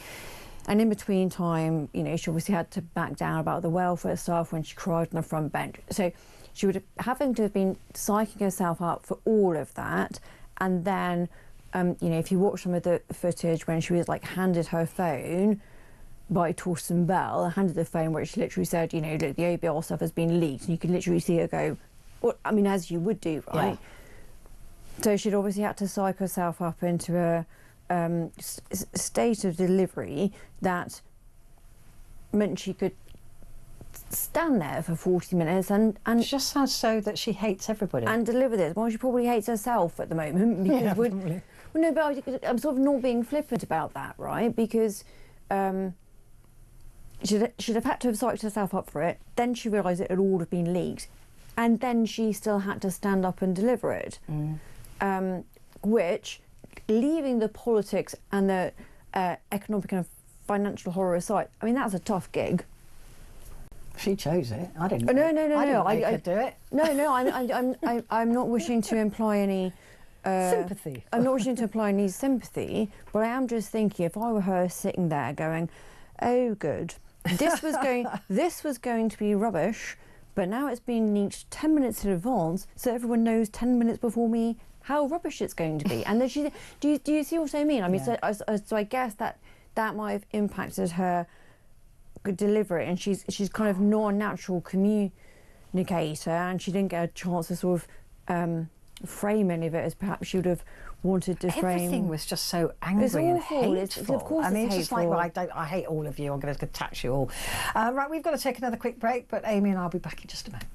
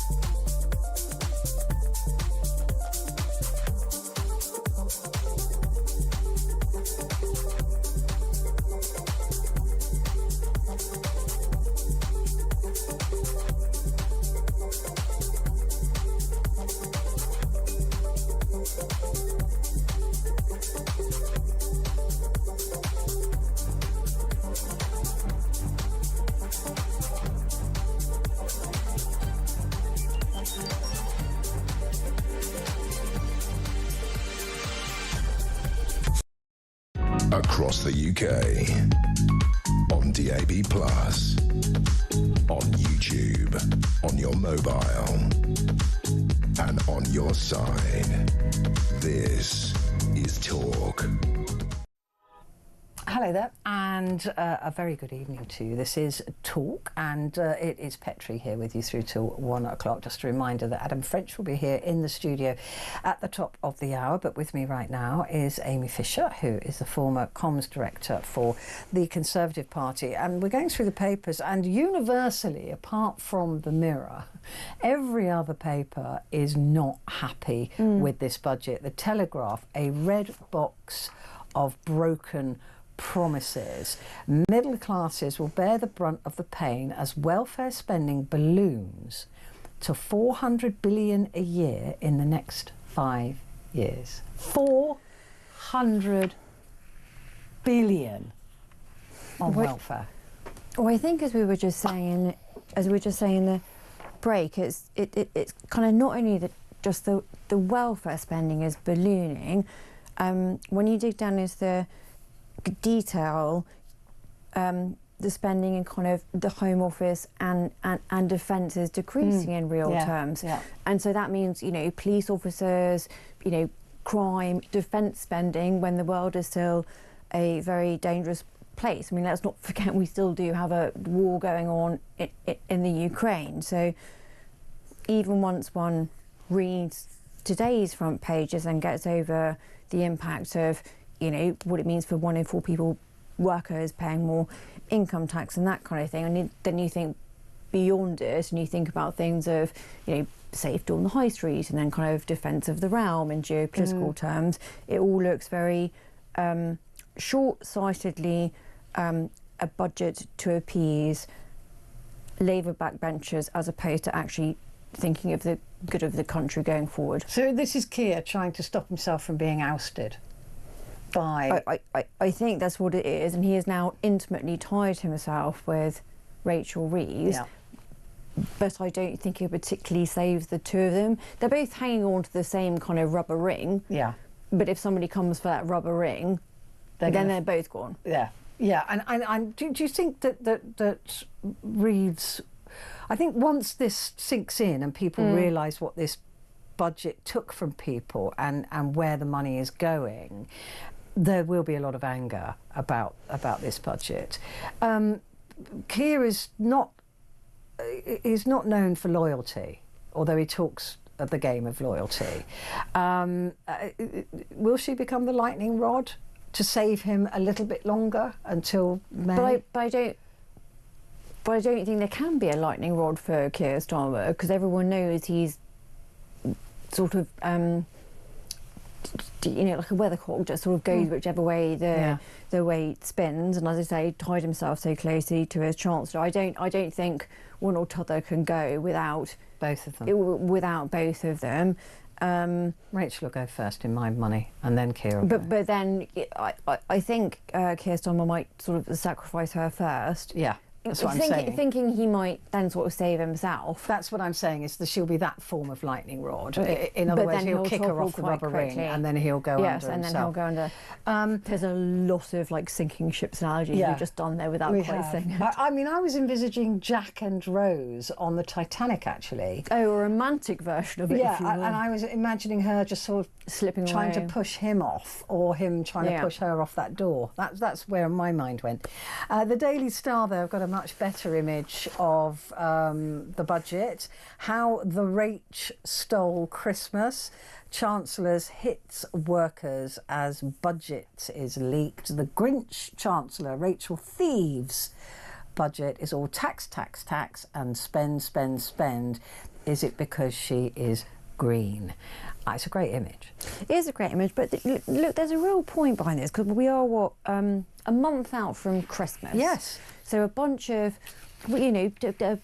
businesses will have been hoping that for the next month people will be out buying stuff and feel feeling good. Christmassy, exactly, and, spending their hard-earned cash. And actually, no, having waited for the budget, we're not just talking about big picture and, the housing market and gilts and bonds and all the rest of it. We are literally talking about the money people feel in their they have in their pocket to spend in the run up to Christmas, which for any business, be you Marks and Spencers or a kind of local gift shop on the high street, this is meant to be your biggest time of year, and this will have affected how people think and are spending their cash, and not in a good way. Yeah, I mean, the consumer confidence, I think, will. I mean, it's already pretty low.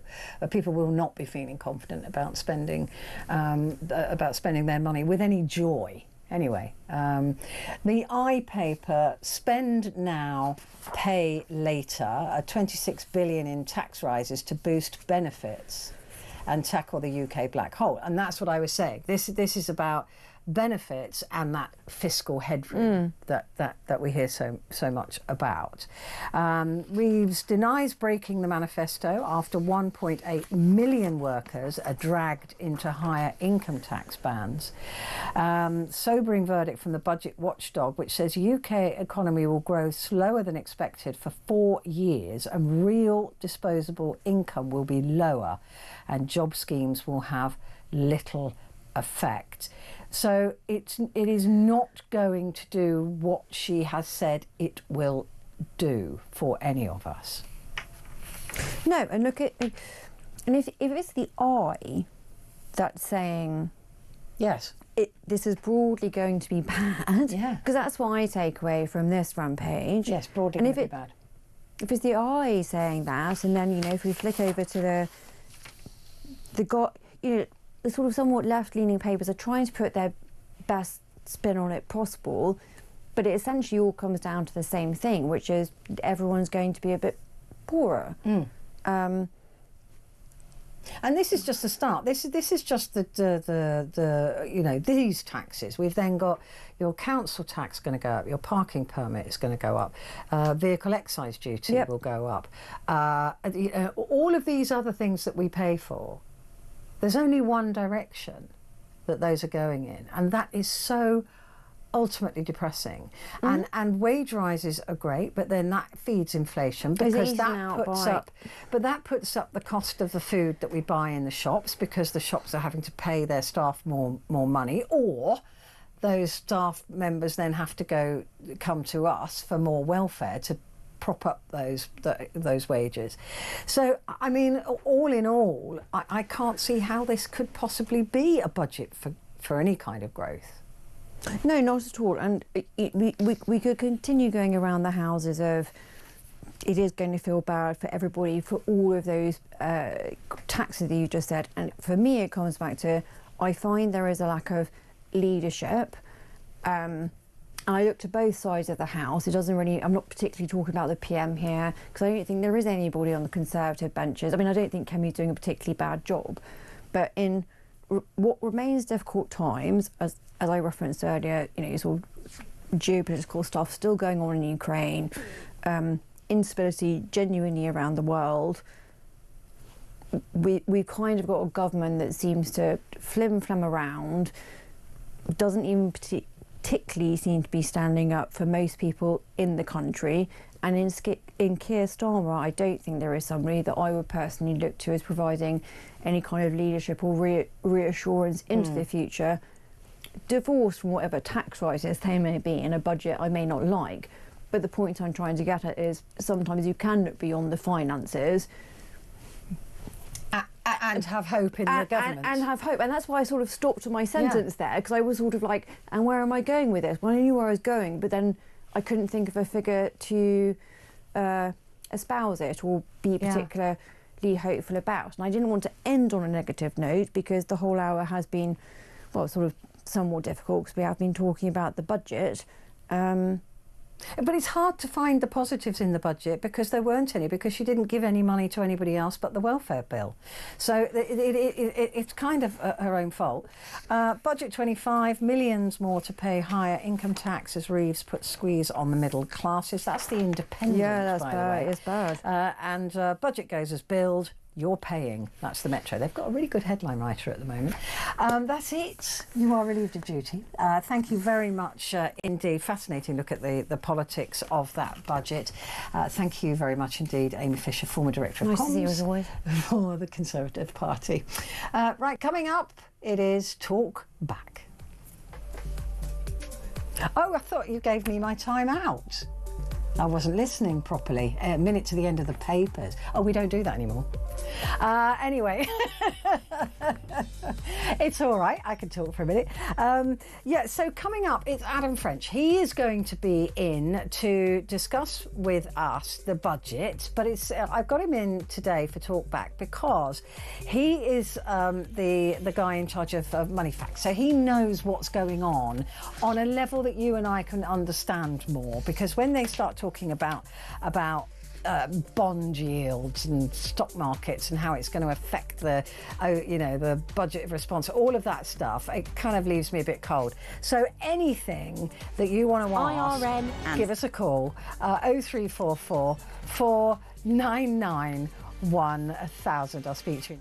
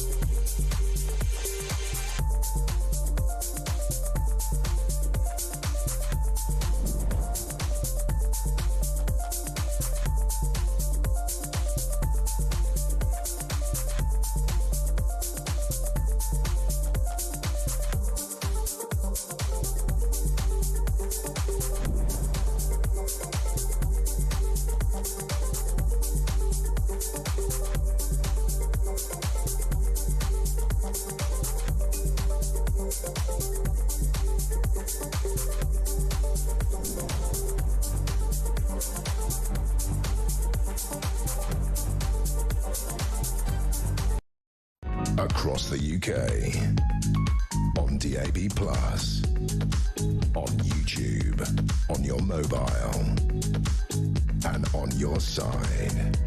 This is Talk.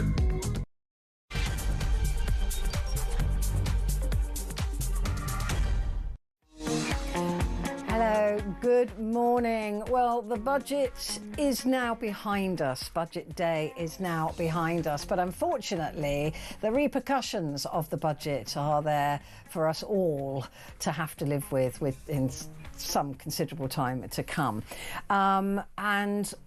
Because this is Talkback, this is your opportunity to talk about the budget, what you think about it. But because it's a special day, I decided to get a special guest in because I'm not the person who knows about these things, but Adam French, who's been a guest on this programme many times before, head of news at Money Facts, is here in the studio. Adam, thank you for coming in. Hi Petrie, absolute pleasure. Please be gentle with me. I've been at it since 7 a.m. this morning working on budget stuff, Yeah, and then of course you have. It was leaked and everything went a bit berserk all day long, so it feels like it's been 8 days in one, to be honest. Do you know what? It feels like it's been 8 years waiting for this blooming budget as well. All in all, I mean, the papers, I don't know if you were listening outside, the papers do not like this budget. I mean, all of them, apart from the Mirror, who said this was the caring Chancellor who's set this budget for ordinary people, I find quite odd, because quite clearly this is not helping ordinary people. Right? I mean, a tax and spend budget from a Labour government probably shouldn't come as a great shock to people, to be perfectly honest. You know, there are some really big headline changes within that, not least frozen tax thresholds, which are inevitably going to mean a lot more of us paying a lot more tax. 1.8 million more of us. Yeah. And that has a lot of knock-on impacts as well, not least if you're a higher rate taxpayer and you start to hit things like personal savings allowance, the interest you earn on your savings, you start to pay income tax on that. All of these things begin to just domino effect away from that, which is pretty unpleasant, and it really squeezes the middle classes, to be honest. That, combined with the changes to salary sacrifice when it comes to pension contributions, are two ways that it really does hit savers pretty hard, to be perfectly honest with you. And then you have things like mansion tax and what else around that as well. So it really has been a big tax increase for a lot of people, particularly those who are maybe a little bit wealthier, particularly in the south of England, where you're going to be a bit more affected by some of these changes as well. The thing is, though, that whenever it is mentioned that the broadest shoulders, blah, blah, blah, should carry the most, we always imagine, I think, really, really broad shoulders, right? When we're not, you know, people in the middle classes are not, they don't have the broadest shoulders. They have the fewest perks. They get the least, you know, even child allowance, if you know, because that odd calculation there, you know, they're not even getting that. You know, it's not that we're saying that the middle classes are the wealthy classes, and yet that's what a Labour government seems to think the middle classes are, that they are the ones with the broadest shoulders. I don't know what world they live in where they believe that to be true. I think people often have a bit of a misconception around how wealthy they actually are and how they rank up against people. If you are earning around £70,000, you're in the sort of top 10% of earners, and a lot of people at that level would consider themselves to be firmly middle class, but actually, in terms of how people earn in this country, you are by far and away doing extremely well, and yet you're going to be squeezed quite hard in this budget. Which actually says more about how badly people are paid in this country, rather than that 70 grand is a lot of money. Oh yeah, exactly that. I mean, you look at what's happened with inflation for the last 5 years alone. Yeah. That if you were earning £30,000 in 2020, you now need to be earning £38,500 just to have the same level of living standards as you did 5 years ago. The impact inflation has had on us and the way we feel about our wealth and our income is pretty profound, and every year you get, you know, figure at the moment is 3.6%, 3.8% just before that. It doesn't sound like a huge percentage. Compound that over time, and this is a topic I keep coming back to, is over a few years, great news for investments, great news for savings when you're earning that kind of thing, but when inflation and costs are going up in that way, 5-10 years, it begins to have a really big impact. Now, we look at those frozen tax thresholds. Well, 10 years is 38%, right? It's huge. It really adds up. So we're looking, tax thresholds will be frozen from 2021. Rishi brought it in the aftermath of COVID.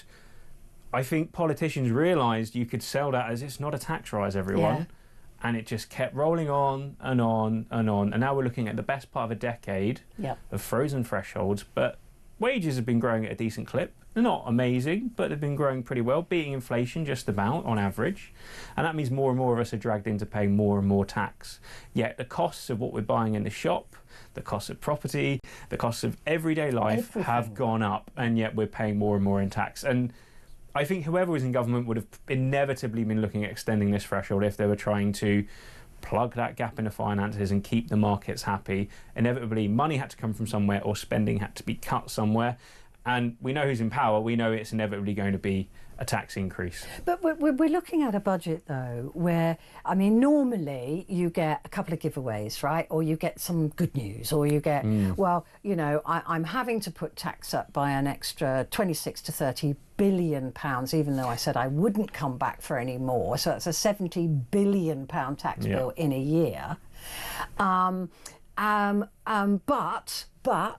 There's going to be more GPs, so we're going to bring down the cost of private dental care, or we're going to make sure you can get NHS dental care, or we're going to give you this, or we're going to give you that. All we got was a freeze on prescriptions. We're the only country in the nation that pays for prescriptions in the first place. So a freeze on that, big whoop-de-doo-dah. A freeze on rail fares, which still means the taxpayer is going to have to pay more subsidies to these rail fares. And they're still very, very expensive comparatively. Too expensive. And £150, which amounts to £12.50 a month off, not even off your fuel bill, it's off an extra cost that was on your bill. And by the way, next year they're going to start adding infrastructure costs to your fuel bill that we'll have to pay, which will equal more than £150. There were no giveaways. This budget unusually looked, because even the last one, there was 22 billion to the NHS, there was this extra money for this. In real terms, you know, spending on defence is going down, spending on everything, right? Nothing is being spent apart from welfare. So this budget raised 15 billion to give people on benefits a pay rise, an extra 3 billion to remove the two-child cap. The majority of this budget is going into a welfare bill which does not benefit the rest of the country, working people, and the rest of it is in fiscal headroom. That's all this budget was about. I think the other important factor is the triple lock on pensions. That is a growing cost which for the government as well. That's going to drag more pensioners into paying tax. Well, certainly with the frozen thresholds, I think they finish about £20 short next financial year of tipping into that, and then they'll start paying tax on that, which is, I imagine, something will be done before then, because that feels unconscionable. You're right. Those costs are huge. Now, government is kind of, I suppose, with budgets like this, there are different audiences for it. And you could clearly see the big audience for the budget this time around was the money markets and the cost of government borrowing. And the Labour government. Desperate to bring it down, and the Labour government, which is why we're looking at welfare being funded. But the headroom and the sound money, which ultimately is kind of what the signal she wants to send to the money markets, to be fair, has been successful. We've seen government borrowing costs come down, but it is us that are paying the cost for that in terms of taxes going up. And actually those giveaways just haven't really been there in the same way. Those rabbits in the hat that get pulled out haven't really been there that we have seen previously. It was £150 a year off your fuel bill. I'm not going to turn my nose up at it. I'll take the money, but it's you're not even going to get the money. Not enough of a sweetener, really. You're not even going to get the money, because that was a fine, or let's just say it was a cost that was placed on by eco taxation. That eco tax is now going to be removed, partly, but next year there's going to be infrastructure costs put on our bills anyway. So you're not going to get your £12.50. Our forecasts are coming low. I mean, when you look at the inflation forecast for next year, they are expected to drop, and a lot of that is being driven by the fall in energy prices, which is due to some of these policy costs being taken away. So there are a little bit of good news here and there, but ultimately, you're right, costs will be added on. Wholesale costs remain unpredictable, maybe, the world in general remains unpredictable, so there's always a risk factor around that as well. But that is certainly something that people will be less welcoming of. When it comes to, I think you start to get a whiff of what the government's after when you look at the talk around investment. And actually, one issue I take with budgets a lot in the last little while is the communication around what's the big vision, what are we trying to do. It feels more like an accountancy exercise, a little bit from column A, a little bit from column B, keep those happy, move things around. There's not really a vision. Like, government keeps coming back to growth being its number one objective, yet the OBR forecast shows growth is going to be lower than it was forecast to be previously. How can we get growth when companies won't be able to afford to employ people, which has a knock-on effect? You know, how do we get that growth when companies are thinking, well, I don't really want to invest in hospitality, for example. Why should I bother opening another restaurant here? I'll open it in Italy, where I might get a VAT break. The weather's better if nothing else. Exactly. But do you see what I mean? I'm literally rubbish at economy, but even I can see that this dampening down of consumer confidence, how is that going to help with growth when people don't feel any wealthier and they don't think they can spend money with any joy? You know, where's that growth going to come from when you've got consumers going, well, listen, we've got to be a bit tighter this year? We had Ed Davey at the end of the day in Parliament saying you can't tax your way to growth, which is exactly what seems to be happening at the moment. You do start to get a whiff of what they're after with this shift towards investments. So if you look at what's happening to cash ISAs, for example, and the cutting of that limit to £12,000 from April 27, and the attempt to shift people towards investing more and creating more of an investment culture in the UK. Now, for what it's worth, I don't think just cutting the cash ISA suddenly means everyone will get up and go, oh, I'll start investing then, wonderful. I'll start gambling with my money. But investing over the long term is a fantastic thing to do, and it does lead to greater wealth. Ultimately, if you're paying into a pension, you are an investor, whether you realise it or not. Yeah. We are all have a vested interest in the performance of the economy, performance of the UK stocks, but also internationally. Adam, I do not see your average working man or woman sitting there in front of a penny stocks, thing, and then going, "Oh, I'll invest that there, or I'll invest that there." I just don't see. Not without a concerted effort, and that's what was missing in this budget.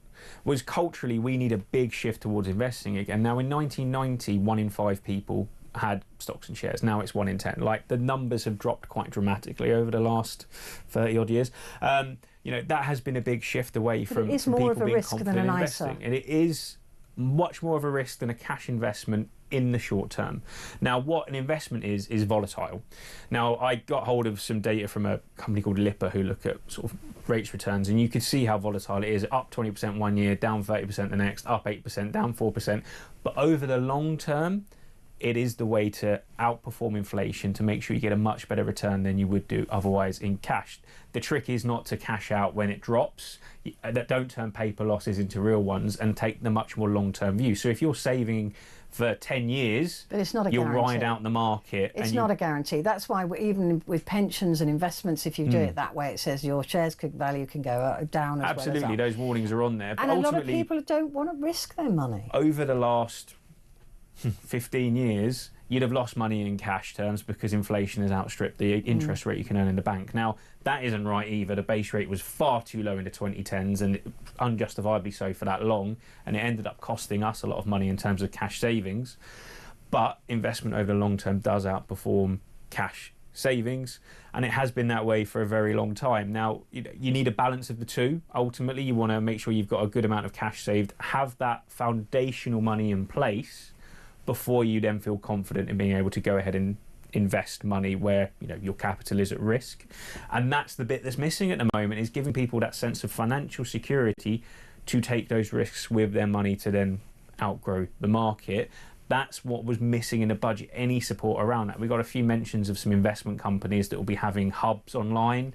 That's kind of it. They've clearly been in Rachel Reeves' ear around how to do that as well, lining their own pockets while they're at it, I'm sure. Of course. It's exactly that kind of thing that does need a cultural shift. Now, I did some work with The Times a few months ago on why do people save? And predominantly it's for a rainy day. And if you're saving for a rainy day, you're not thinking in optimistic terms about saving for the future. You're thinking, I need a cash pot to protect me. That's a whole cultural shift that we need to go on. And even things like how we talk about pensions.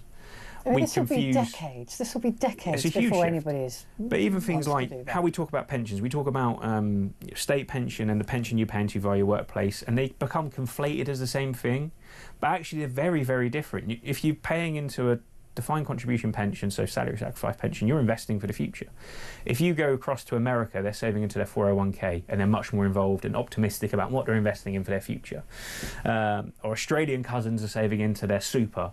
I won't do the accent. But like, you know, that's much more involved. Yet we're just putting into a pension, we're very passive. And that's where the cultural shift needs to happen, around actually proactively thinking about how we grow our wealth and our money.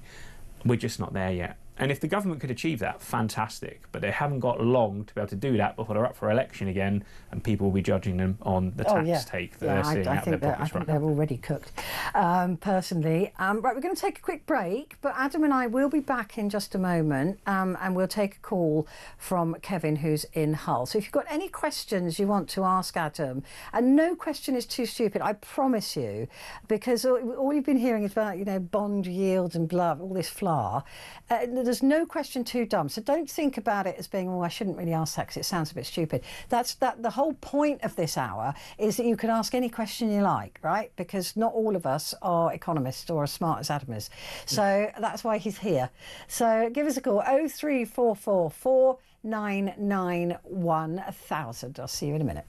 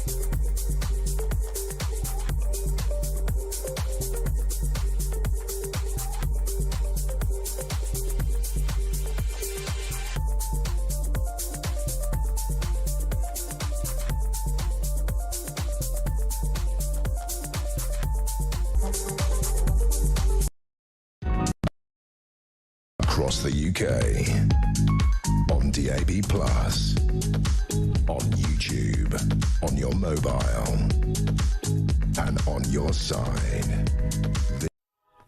Hello there, and a good morning to you. This is Talk, and this is your chance to talk back. In fact, on this occasion, it's your chance to ask questions if you'd like to, or if you just want to call me and say you think this is a lovely budget from a lovely, caring Chancellor, and it's there for ordinary people. You can say that. We may not agree, but you can definitely say it, as you know, on this show. With me in the studio is Adam French, Head of News at Money Facts. Question for you, Adam. Is the child cap going to be means tested? If millionaires have many children, will they benefit from my tax contributions? And that's from Matty. Yeah, so the child cap is about qualifying for benefits anyway, so it's universal credit and tax credit. So if you qualify for those anyway, so you generally speaking have a very, very low income. A lot of those benefits are paid to people with a low income in work, or you're out of work, then you qualify for that. So it's unlikely we're going to any millionaires. The cap was you only got a certain amount of money up to 2 children, and then you didn't get anything else. So we had children living in relative poverty, you know, you'd have 5, 6 kids and then you'd still be stuck with a smaller amount of money. So the argument there is that this will lift, I think, over 500,000 families out of poverty to an extent, because this child benefit cap is going to be gotten rid of. I know a lot of charities have been pushing for it, and that is probably the crux of what the Labour Party have been pushing for, and why we've seen The backbenchers certainly have. Backbenchers in particular, we saw them rebel against any further cuts to welfare earlier this year. This has been a big change that the backbenchers have been pushing for quite strongly. So they'll be seeing it as a big win, and it will shore up Rachel Reeves and Keir Starmer's position in the Labour Party as a result. So you can see exactly why it's happened, but to reassure it won't be going to millionaires, but it will be going to quite large families on benefits potentially. OK, so there you go. Lee made a good point as well when we were talking about electric vehicles being charged 3p per mile and how that was going to be done. How will that work? Well, apparently it's going to work by, you know, when you have your MOT and it puts the mileage and then whatever. So each year they'll be able to measure the mileage, but you have to pay in advance. And if you don't do as many miles, you get some money back. And if you... Oh, wow. Sounds like a mess. So you can end up with a bit... If you do a few extra miles, you'll end up with a bigger tax bill when you take it in for an MOT, which you've just paid for as well. I don't know how they're going to do it. But Lee makes an exceptionally good point. He said new cars don't have MOTs for 3 years. Well, there you go. So how are they going to measure it through the MOT system? And that's what they're talking about doing. It won't work. I suspect there will be something with the charging software. And again, if you're charging your car on the street, you're already paying 20% VAT. So the Exchequer's already making in excess of £850 million a year in VAT from street charging. But if you charge it from home, you're only paying 5% VAT.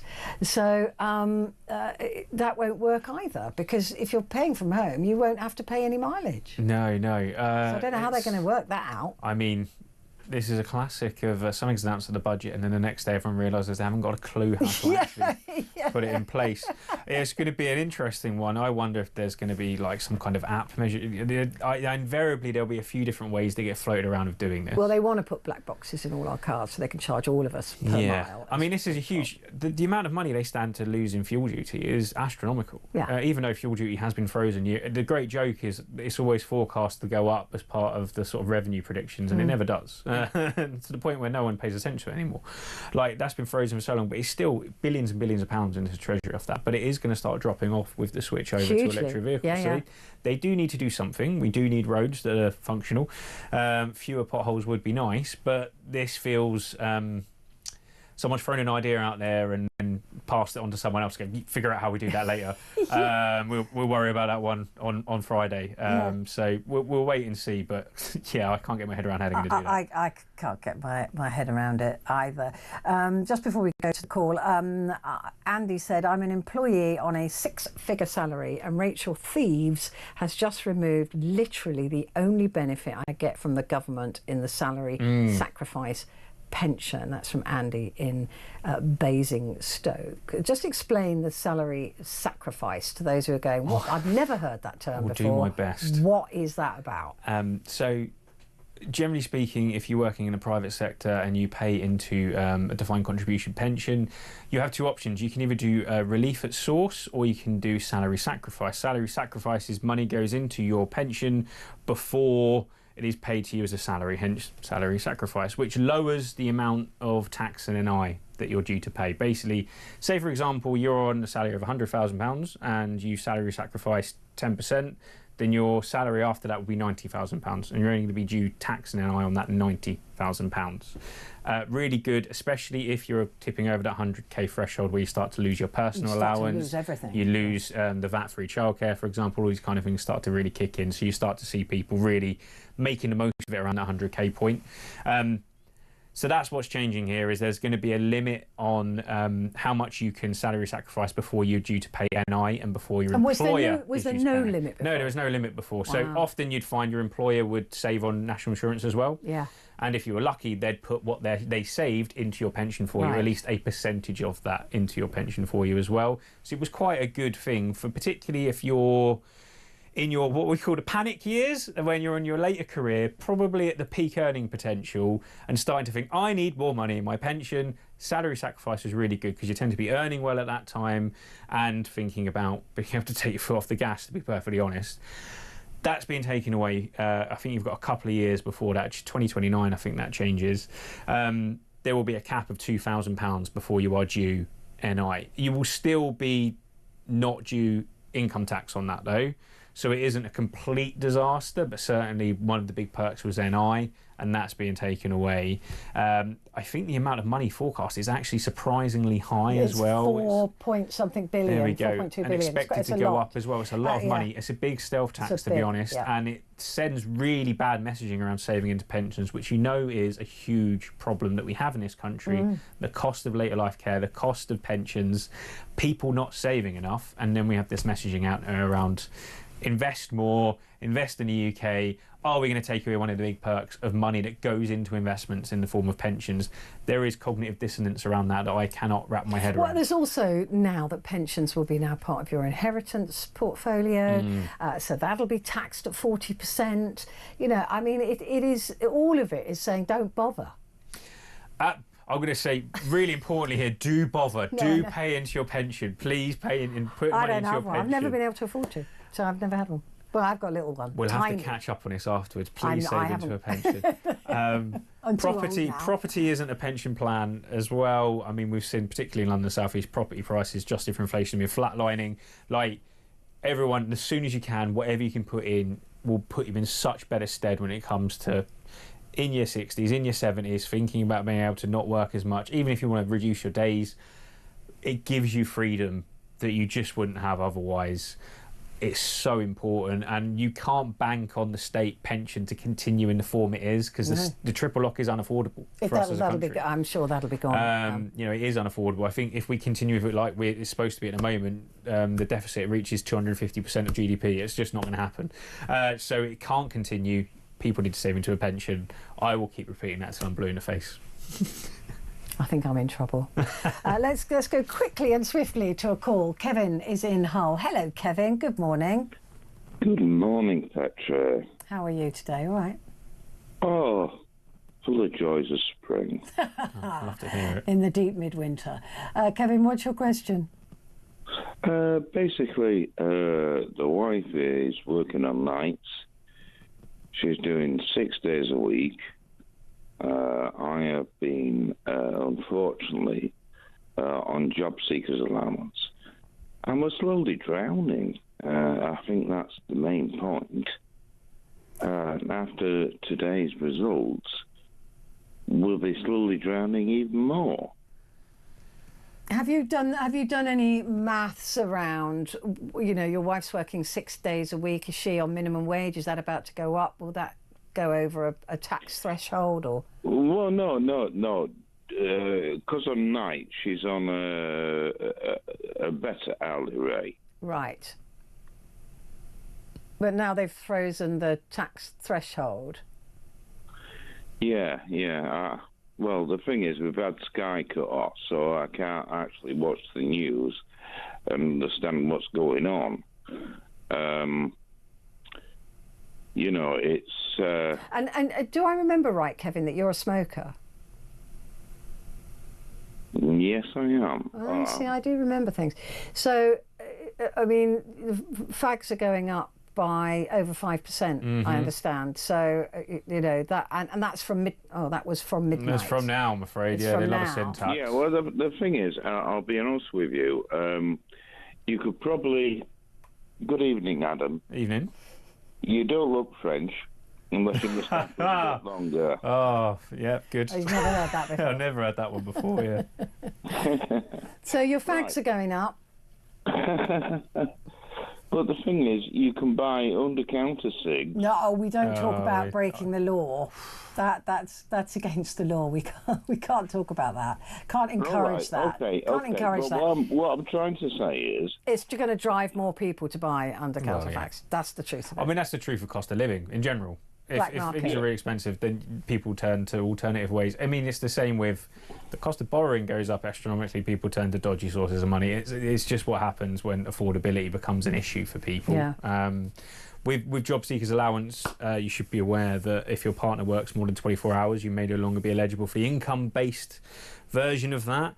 I would always recommend, if you are concerned about sort of the hours your partner's working, the hours you're working, what you may be entitled to, whether you need to move from job seekers to universal credit. There's a fantastic website called Turn to Us, or 2 with a number in the middle. really good information there on what you qualify for. There's calculators on there that can help you out as well, because I think we all go into the next few years worried about cost of living. That.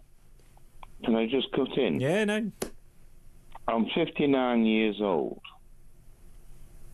Right. I'm on the dole.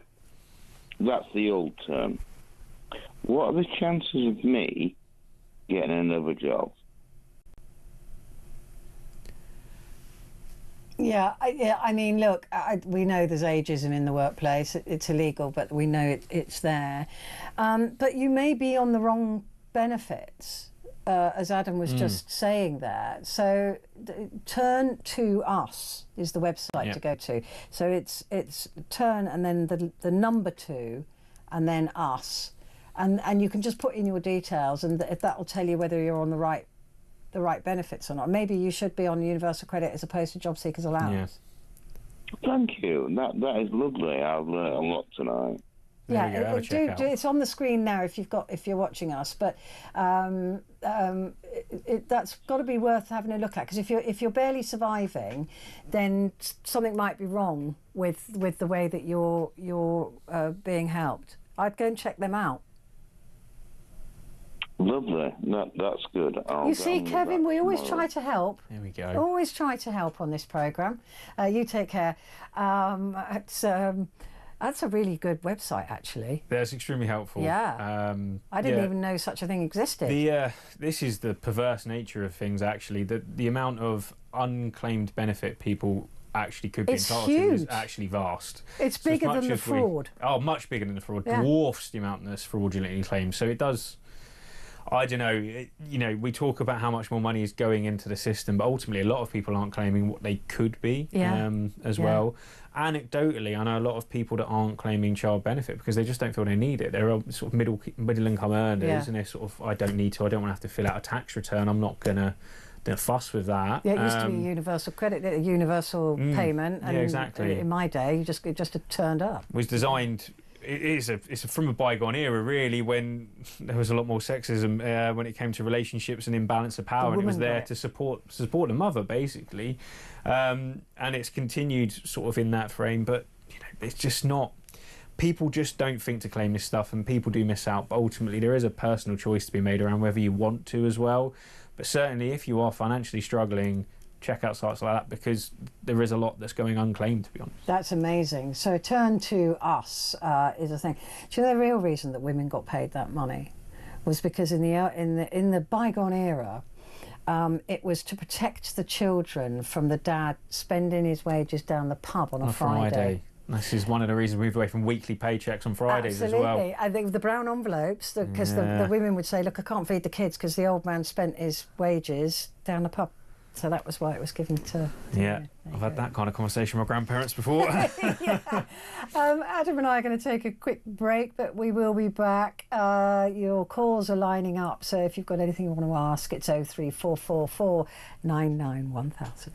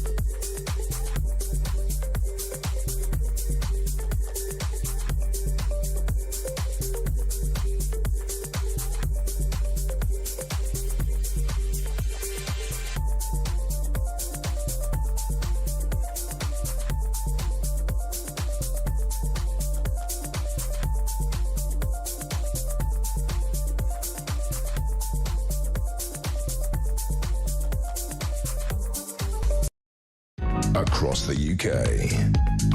On DAB+, on YouTube, on your mobile, and on your side. This is Talk.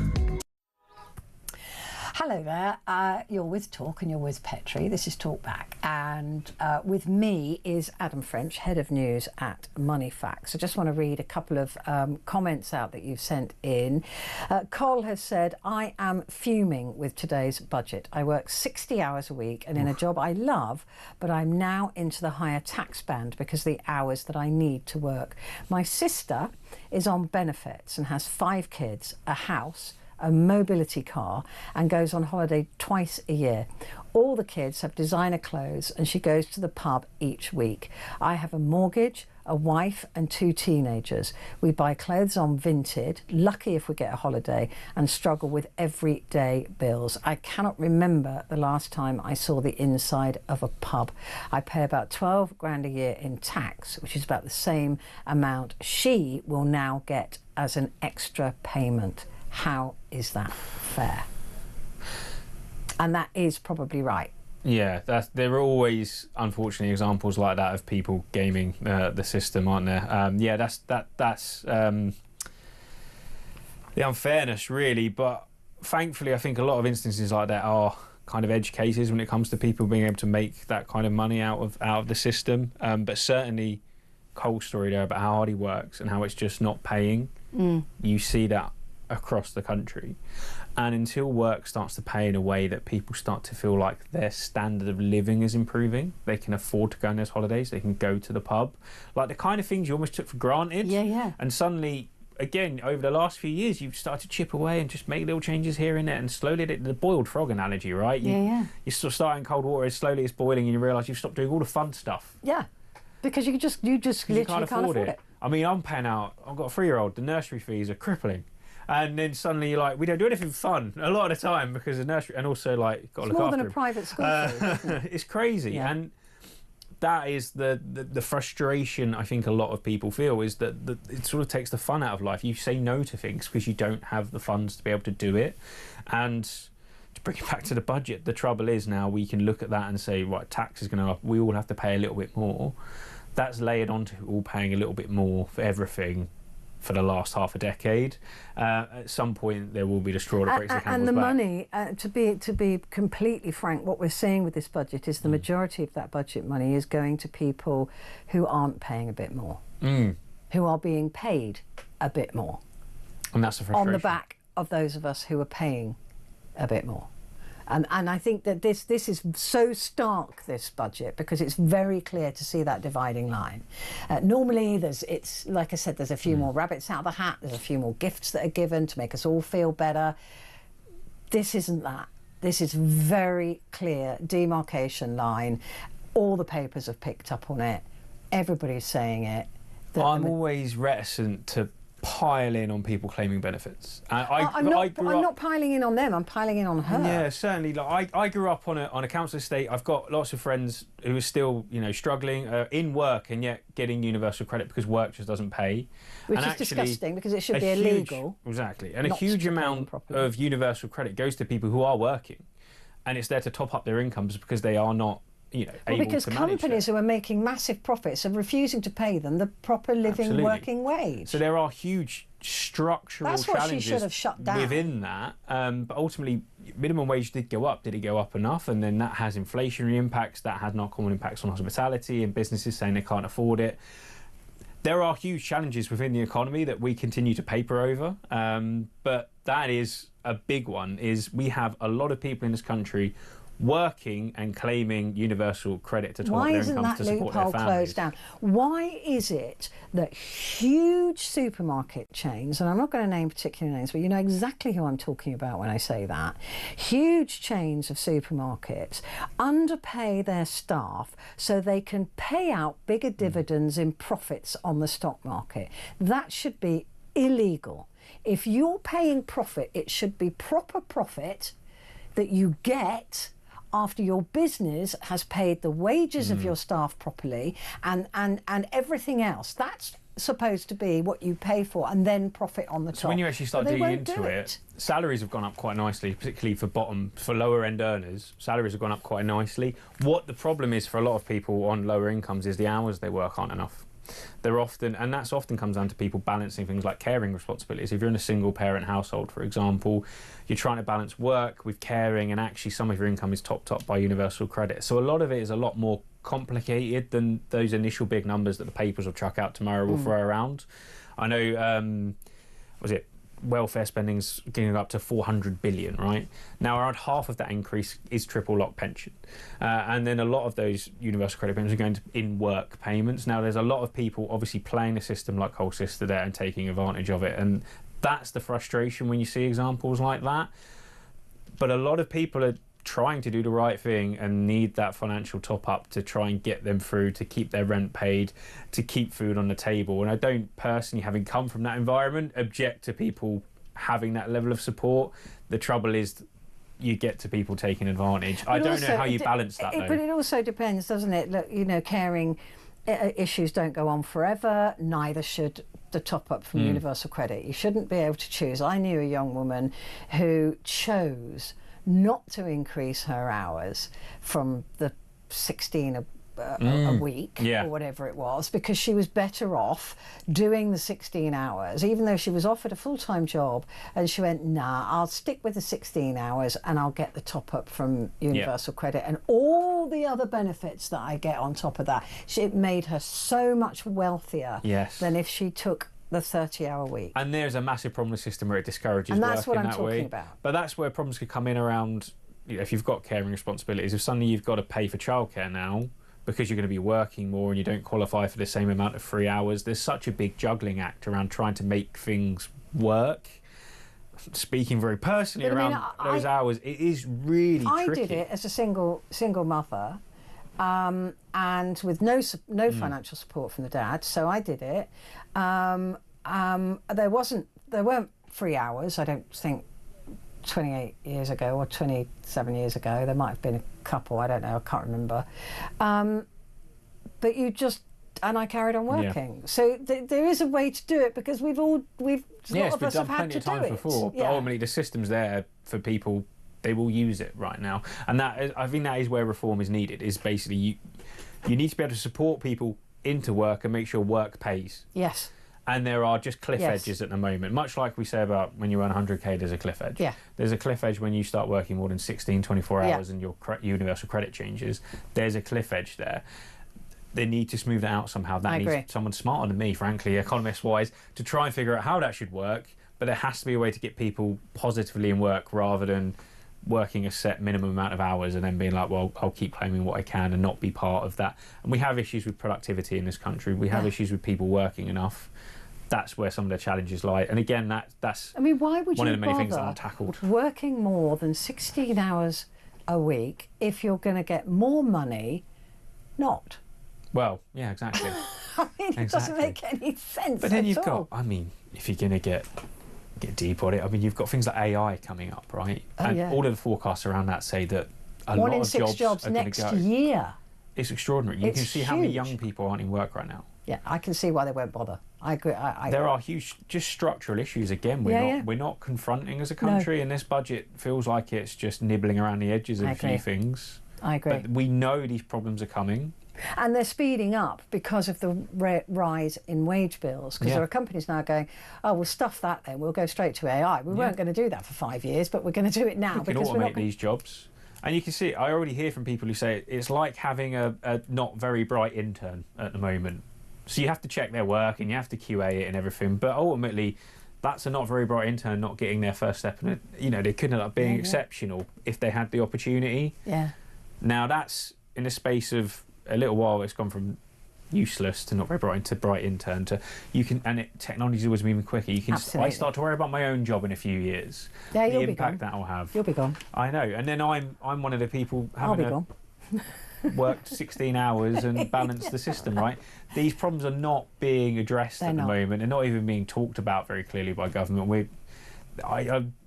don't want to be a doom and gloom, but I do worry about the impact that has and how we're just not having a serious grown-up conversation about it. No, we need to start talking about a universal basic wage as well for everybody who gets chucked out of work. But that's a conversation for another day.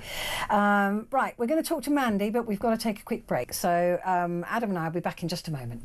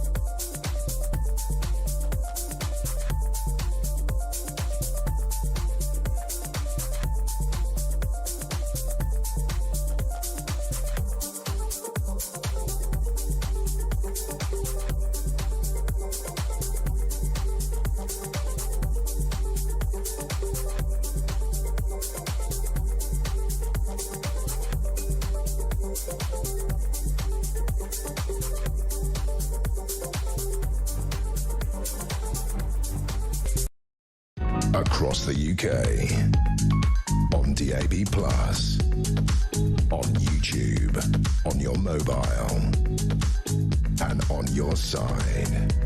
This is Talk. Sorry, we're just talking about doing a portrait of Adam.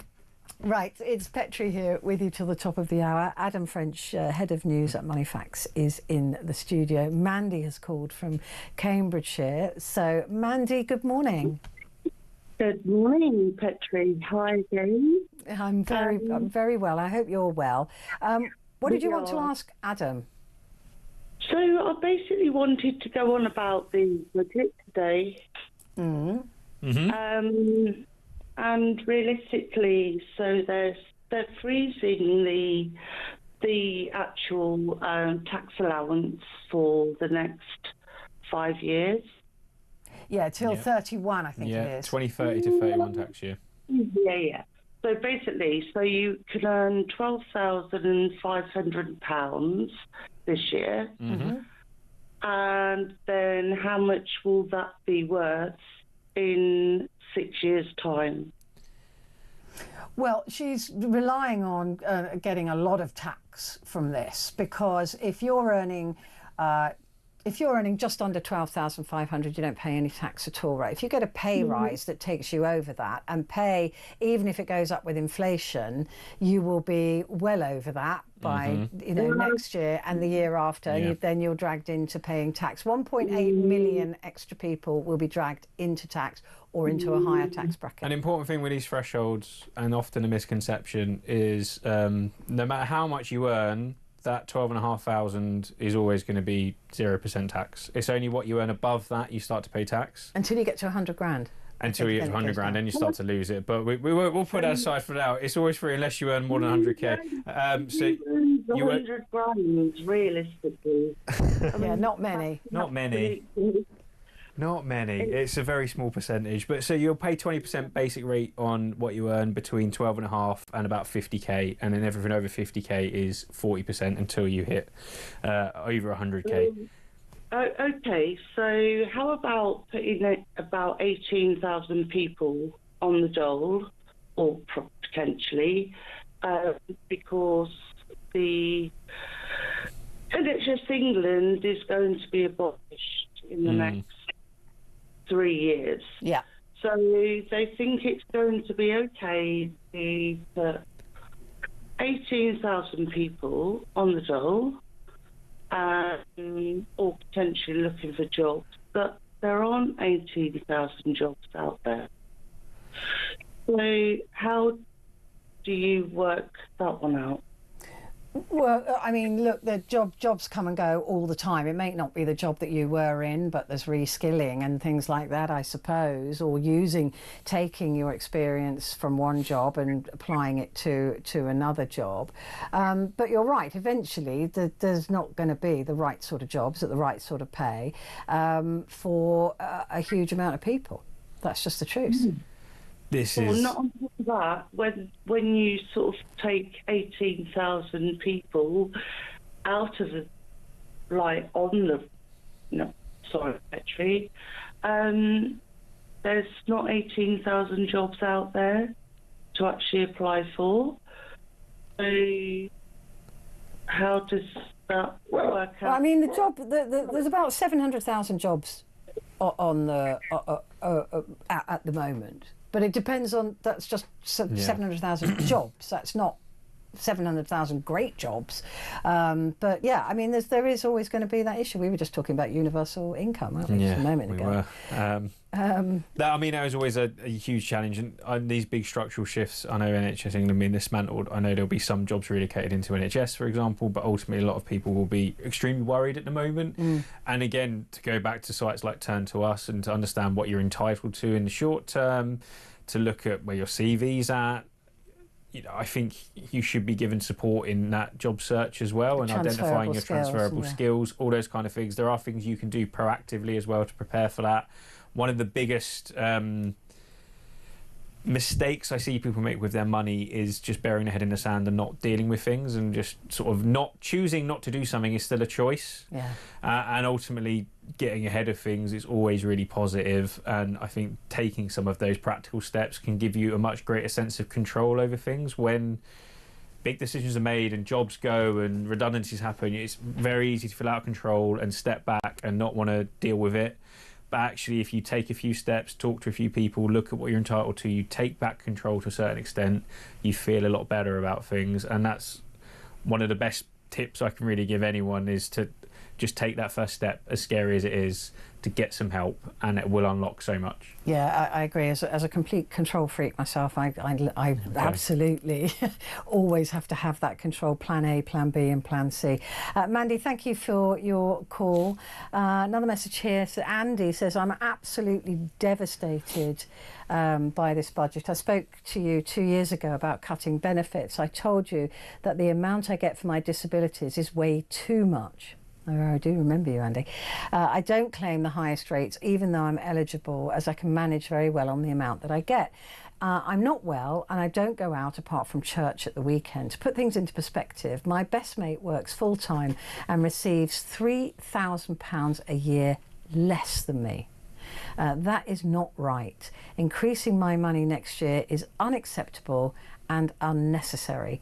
Shame on this Chancellor and the Labour Party. There is no incentive to work anymore. And that's from Andy. You don't often get it from that point of view, do you? This comes back to that. Some people choose not to take some of this stuff. Yeah. The amount of unclaimed benefit is huge. But Andy's saying, it's enough. I don't need any. Why are you giving people on benefits more when people who are working as the other side of that, you get millionaires asking to be taxed more as well. Yes, you do. People are never happy. I interview them all the time. They're a really good bunch of people, actually. Investing in whiskey is a good investment. The trouble is I drink it. then it's not such a good event. I love a drop of whiskey. No, same. A wee dram. That's my plan for after this. Yeah, I bet. I know the interest rate on premium bonds isn't too good, but isn't it time the limit was raised from £50,000? I think it's been £50,000 for decades. Oh, it's been that for a long time. So the NSNI has increased its funding targets, actually. It has, alongside this budget. That's one of the... Maybe they want us to stop ISAs and put it into NSNI, well, you see. That's what they want us to do. There's a nice theory around that. So I wouldn't be surprised. I know this has come up a few times now with premium bonds, and actually buried in the OBR documents was around the bank rate is forecast to drop a little bit and then start to rise up to 4% again by the end of the decade. So we may see those odds on premium bonds improve a bit, especially if there are some stronger funding targets to hit for an SNI. So you may see that improve. You may see a larger allowance on that, but I wouldn't hold your breath, given that they really want us to get investing.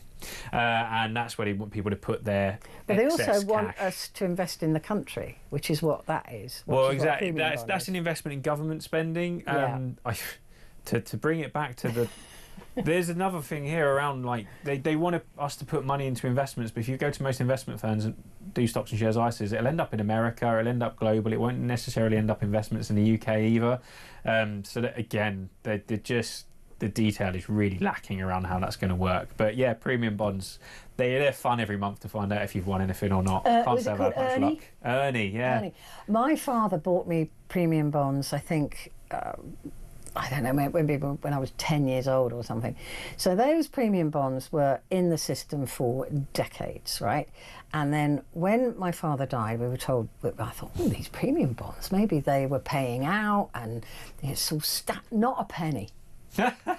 Not a penny. My brother and I, we got nothing from Ernie in decades. Wow. That has got to be really unlucky, because I've got friends with premium bonds, and they go, I got $5,000 this month, or I got $3,000, or I got, somebody, one of my lot got $20,000, I think. My nan had them, Nothing. and every now and then she'd be like, "Here's 50 quid." I'm like, "Oh, great, brilliant, thanks." Not a penny. And it turned out it was because she'd maxed out a premium bond limit. And whenever she won something, she was like, "Just give it to the grandkids." Great.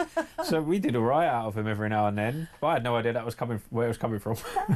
I mean, and one of my best mates said, with any spare money, stick it in a premium. You never know. And I'm like, I don't know. So I've never done it, because I know that over decades, not a single brass farthing. You need above average luck, which is very subjective. Exactly that. Alison just wanted to point out that not all of us on benefits are benefiting from the budget. Those that worked and paid contributions to tax and NI are losing out. If I had never worked, I would get more.